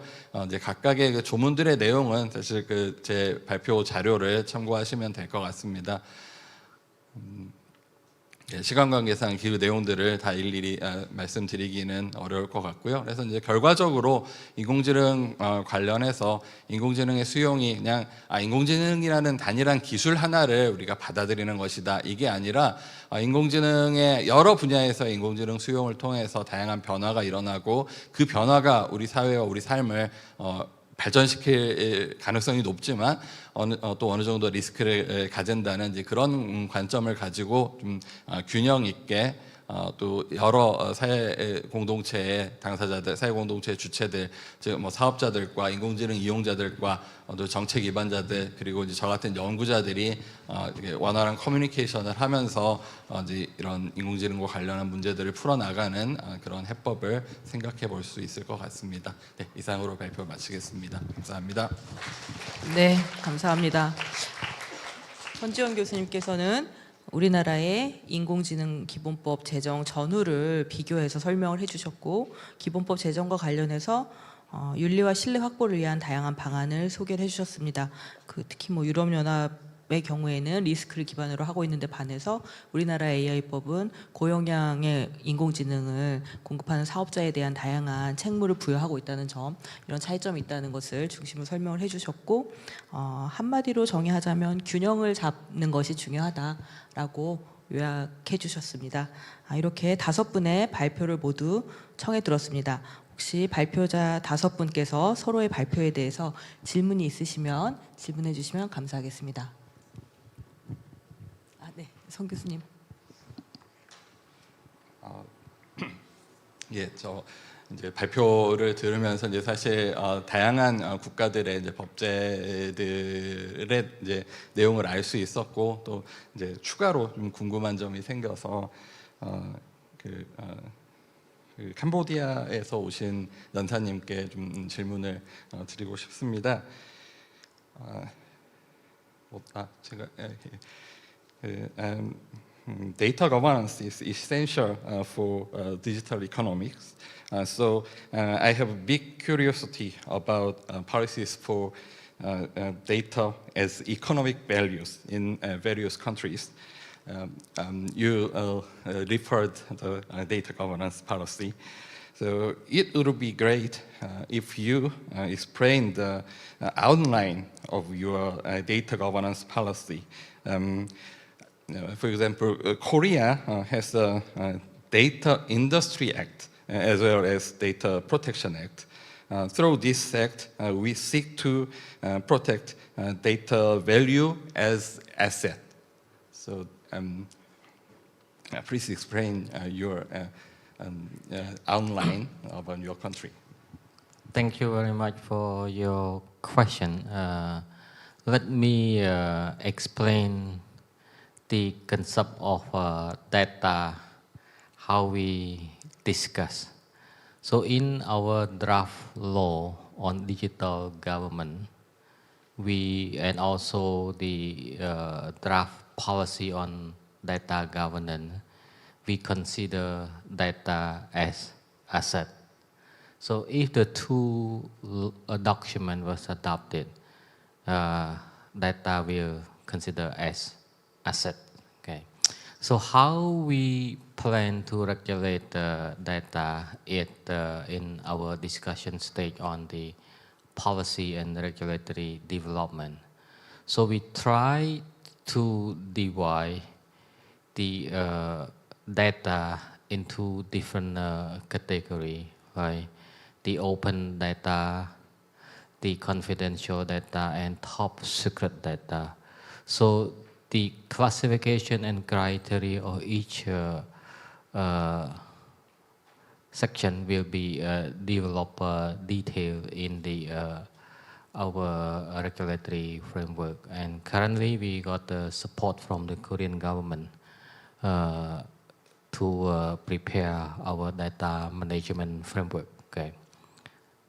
This is the additional information that what Korean has support Cambodia at the moment.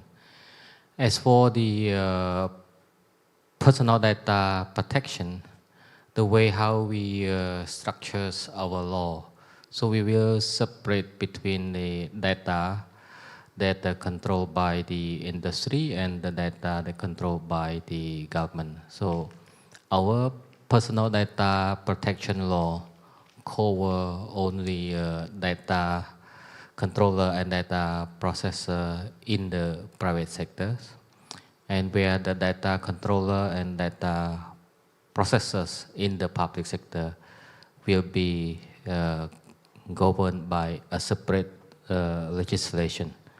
And so far, we haven't decided whether this is part of the government law, the digital government law, or would be a separate regulation. We haven't decided the approach where we are going to prepare yet. Yeah. So I hope my questions satisfy you. If any follow-up question, please.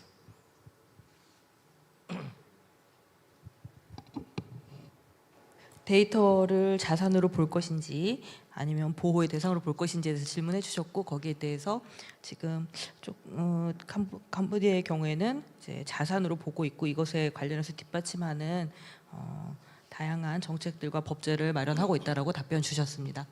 혹시 교수님 아까 태국에 질문하신 것 아니셨나요? 캄보디아 질문하신 거 맞나요? 네. 혹시 다른 연자께서 또 질문 있으시면 한 분 정도 더 질문하실 수 있을 것 같습니다. 이제 식사 시간이 다가오는 관계로 네, 아마 질문 네.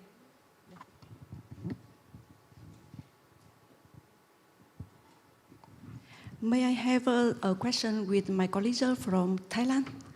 And you talk about e-commerce in Thailand, and I want to ask you, in Thailand, do you have allow for sell e-commerce by TikTok, Facebook, social platform? And I want to ask you the measure to protect the customer. Yeah. Thank you very much for the question. We do welcome all of the global platforms to Thailand, and we learn a lot from them. And our consumers, our people benefit from not only buying, but selling goods and services on those platforms. So we really welcome global platform to our economy. But of course, as you said, as with other sectors, you need to play by the rules, and you need to respect other people's rights and also others' competitors' rights as well.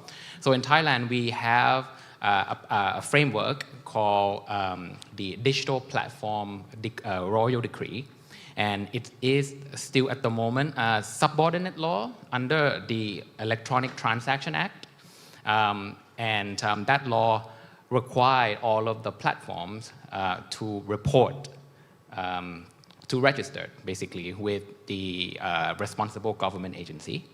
And after they report themselves in, they basically explain to the agency what they are doing, what size are they in terms of the users, and also what is the address, digital address, say website or applications and things like that, so that we can track and we can understand what they are doing. And if there's any issues in terms of wrongdoing, so for example, if there are any offenses that was committed in the platform, we can work with them to correct that offenses.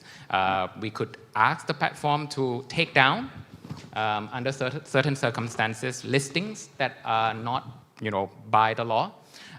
We could then try to ask for more information in terms of who commit the wrongdoing, and then try to work with them to identify and then capture the offended individuals. So we do have that, but as I said in my presentation, we are also in the process of upgrading and also updating the digital platform law into the primary law. That's still ongoing. There's a lot of things to consider. So you have the European model, you have the American model, you have Korean, Japanese. We're trying to learn from everybody and see what works best for our context. 네, 역시 전문가들이 다 각국의 전문가들이 모여 계시니까 굉장히 그 또 세밀한 질문과 답변이 오고 가고 있습니다. 그 소비자 SNS나 이런 틱톡 같은 SNS 관련해서 전자상거래가 이루어지고 있다면 어떻게 소비자 보호하는지 질문하셨고, 그것에 대해서 태국의 지금 그 법령과 또 이제 실제 규제 현황에 대해서 세밀하게 답변을 해주셨습니다. 우리 또 지금 우리 콩팔락 차관님께서 몽골 발표 연작계 또 질문이 하나 있다고 저한테 말씀을 주셔가지고 시간이 지금 현재 1분밖에 남지 않았는데 저희가 조금 시간을 더 써도 될까요? 네. 그러면 네, 차관님 질문 부탁드리겠습니다. Yeah, thank you very much. So I have one question for my co-panelist Mongolia. You have the law on individual secrecies in 1995, and then now you create a new law on personal data protection. So will the two laws implemented at the same time, or the new personal data protection law prevail the law on individual secrecies? Or the law on individual secrecy still function now, or what?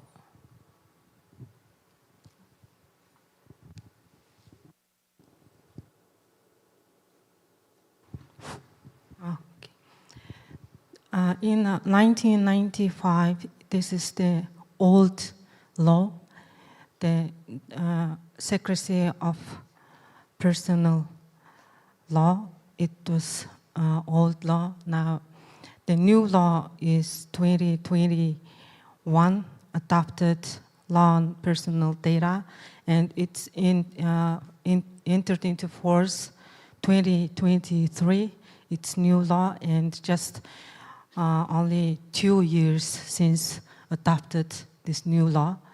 So the old law, it's regulated that personal data should have protected by individuals' own privacy, but the new law, it's the data, personal data of data is should have protected by law and permitted by law. So this is the different regulations. Yeah. Thank you very much. 네, 몽골의 개인정보보호법에 대해서 질문해 주셨고, 네, 거기에 대해서 이제 21년도 법이 새로 제정된 법이고 이 법에 적용을 받고 있다라고 설명해 주셨습니다. 혹시 마무리를 할까요? 플로어 질의를 받아도 될까요? 시간 마무리. 네. 시간이 조금 많이 지나서 아쉽지만 플로어 질의를 좀 진행하기는 어려운 것 같습니다. 그러면 이 세션 발표와 또 토론을 이것으로 마무리하도록 하겠습니다. 짧은 시간 발표해 주시느라고 고생해 주신 5분께 큰 박수 부탁드리겠습니다. 감사합니다.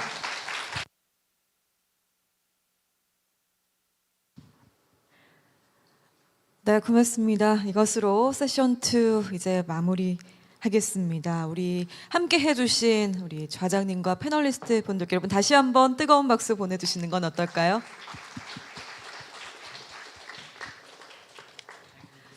네, 시간이 조금 넉넉했었더라면 저희가 이제 플로어에서도 질문을 받고 할 수 있었을 것 같은데 조금 아쉽습니다만 여러분들의 양해 부탁드리겠고요. 오늘 이렇게 또 토론을 해주신 모든 분들께 진심으로 감사드립니다.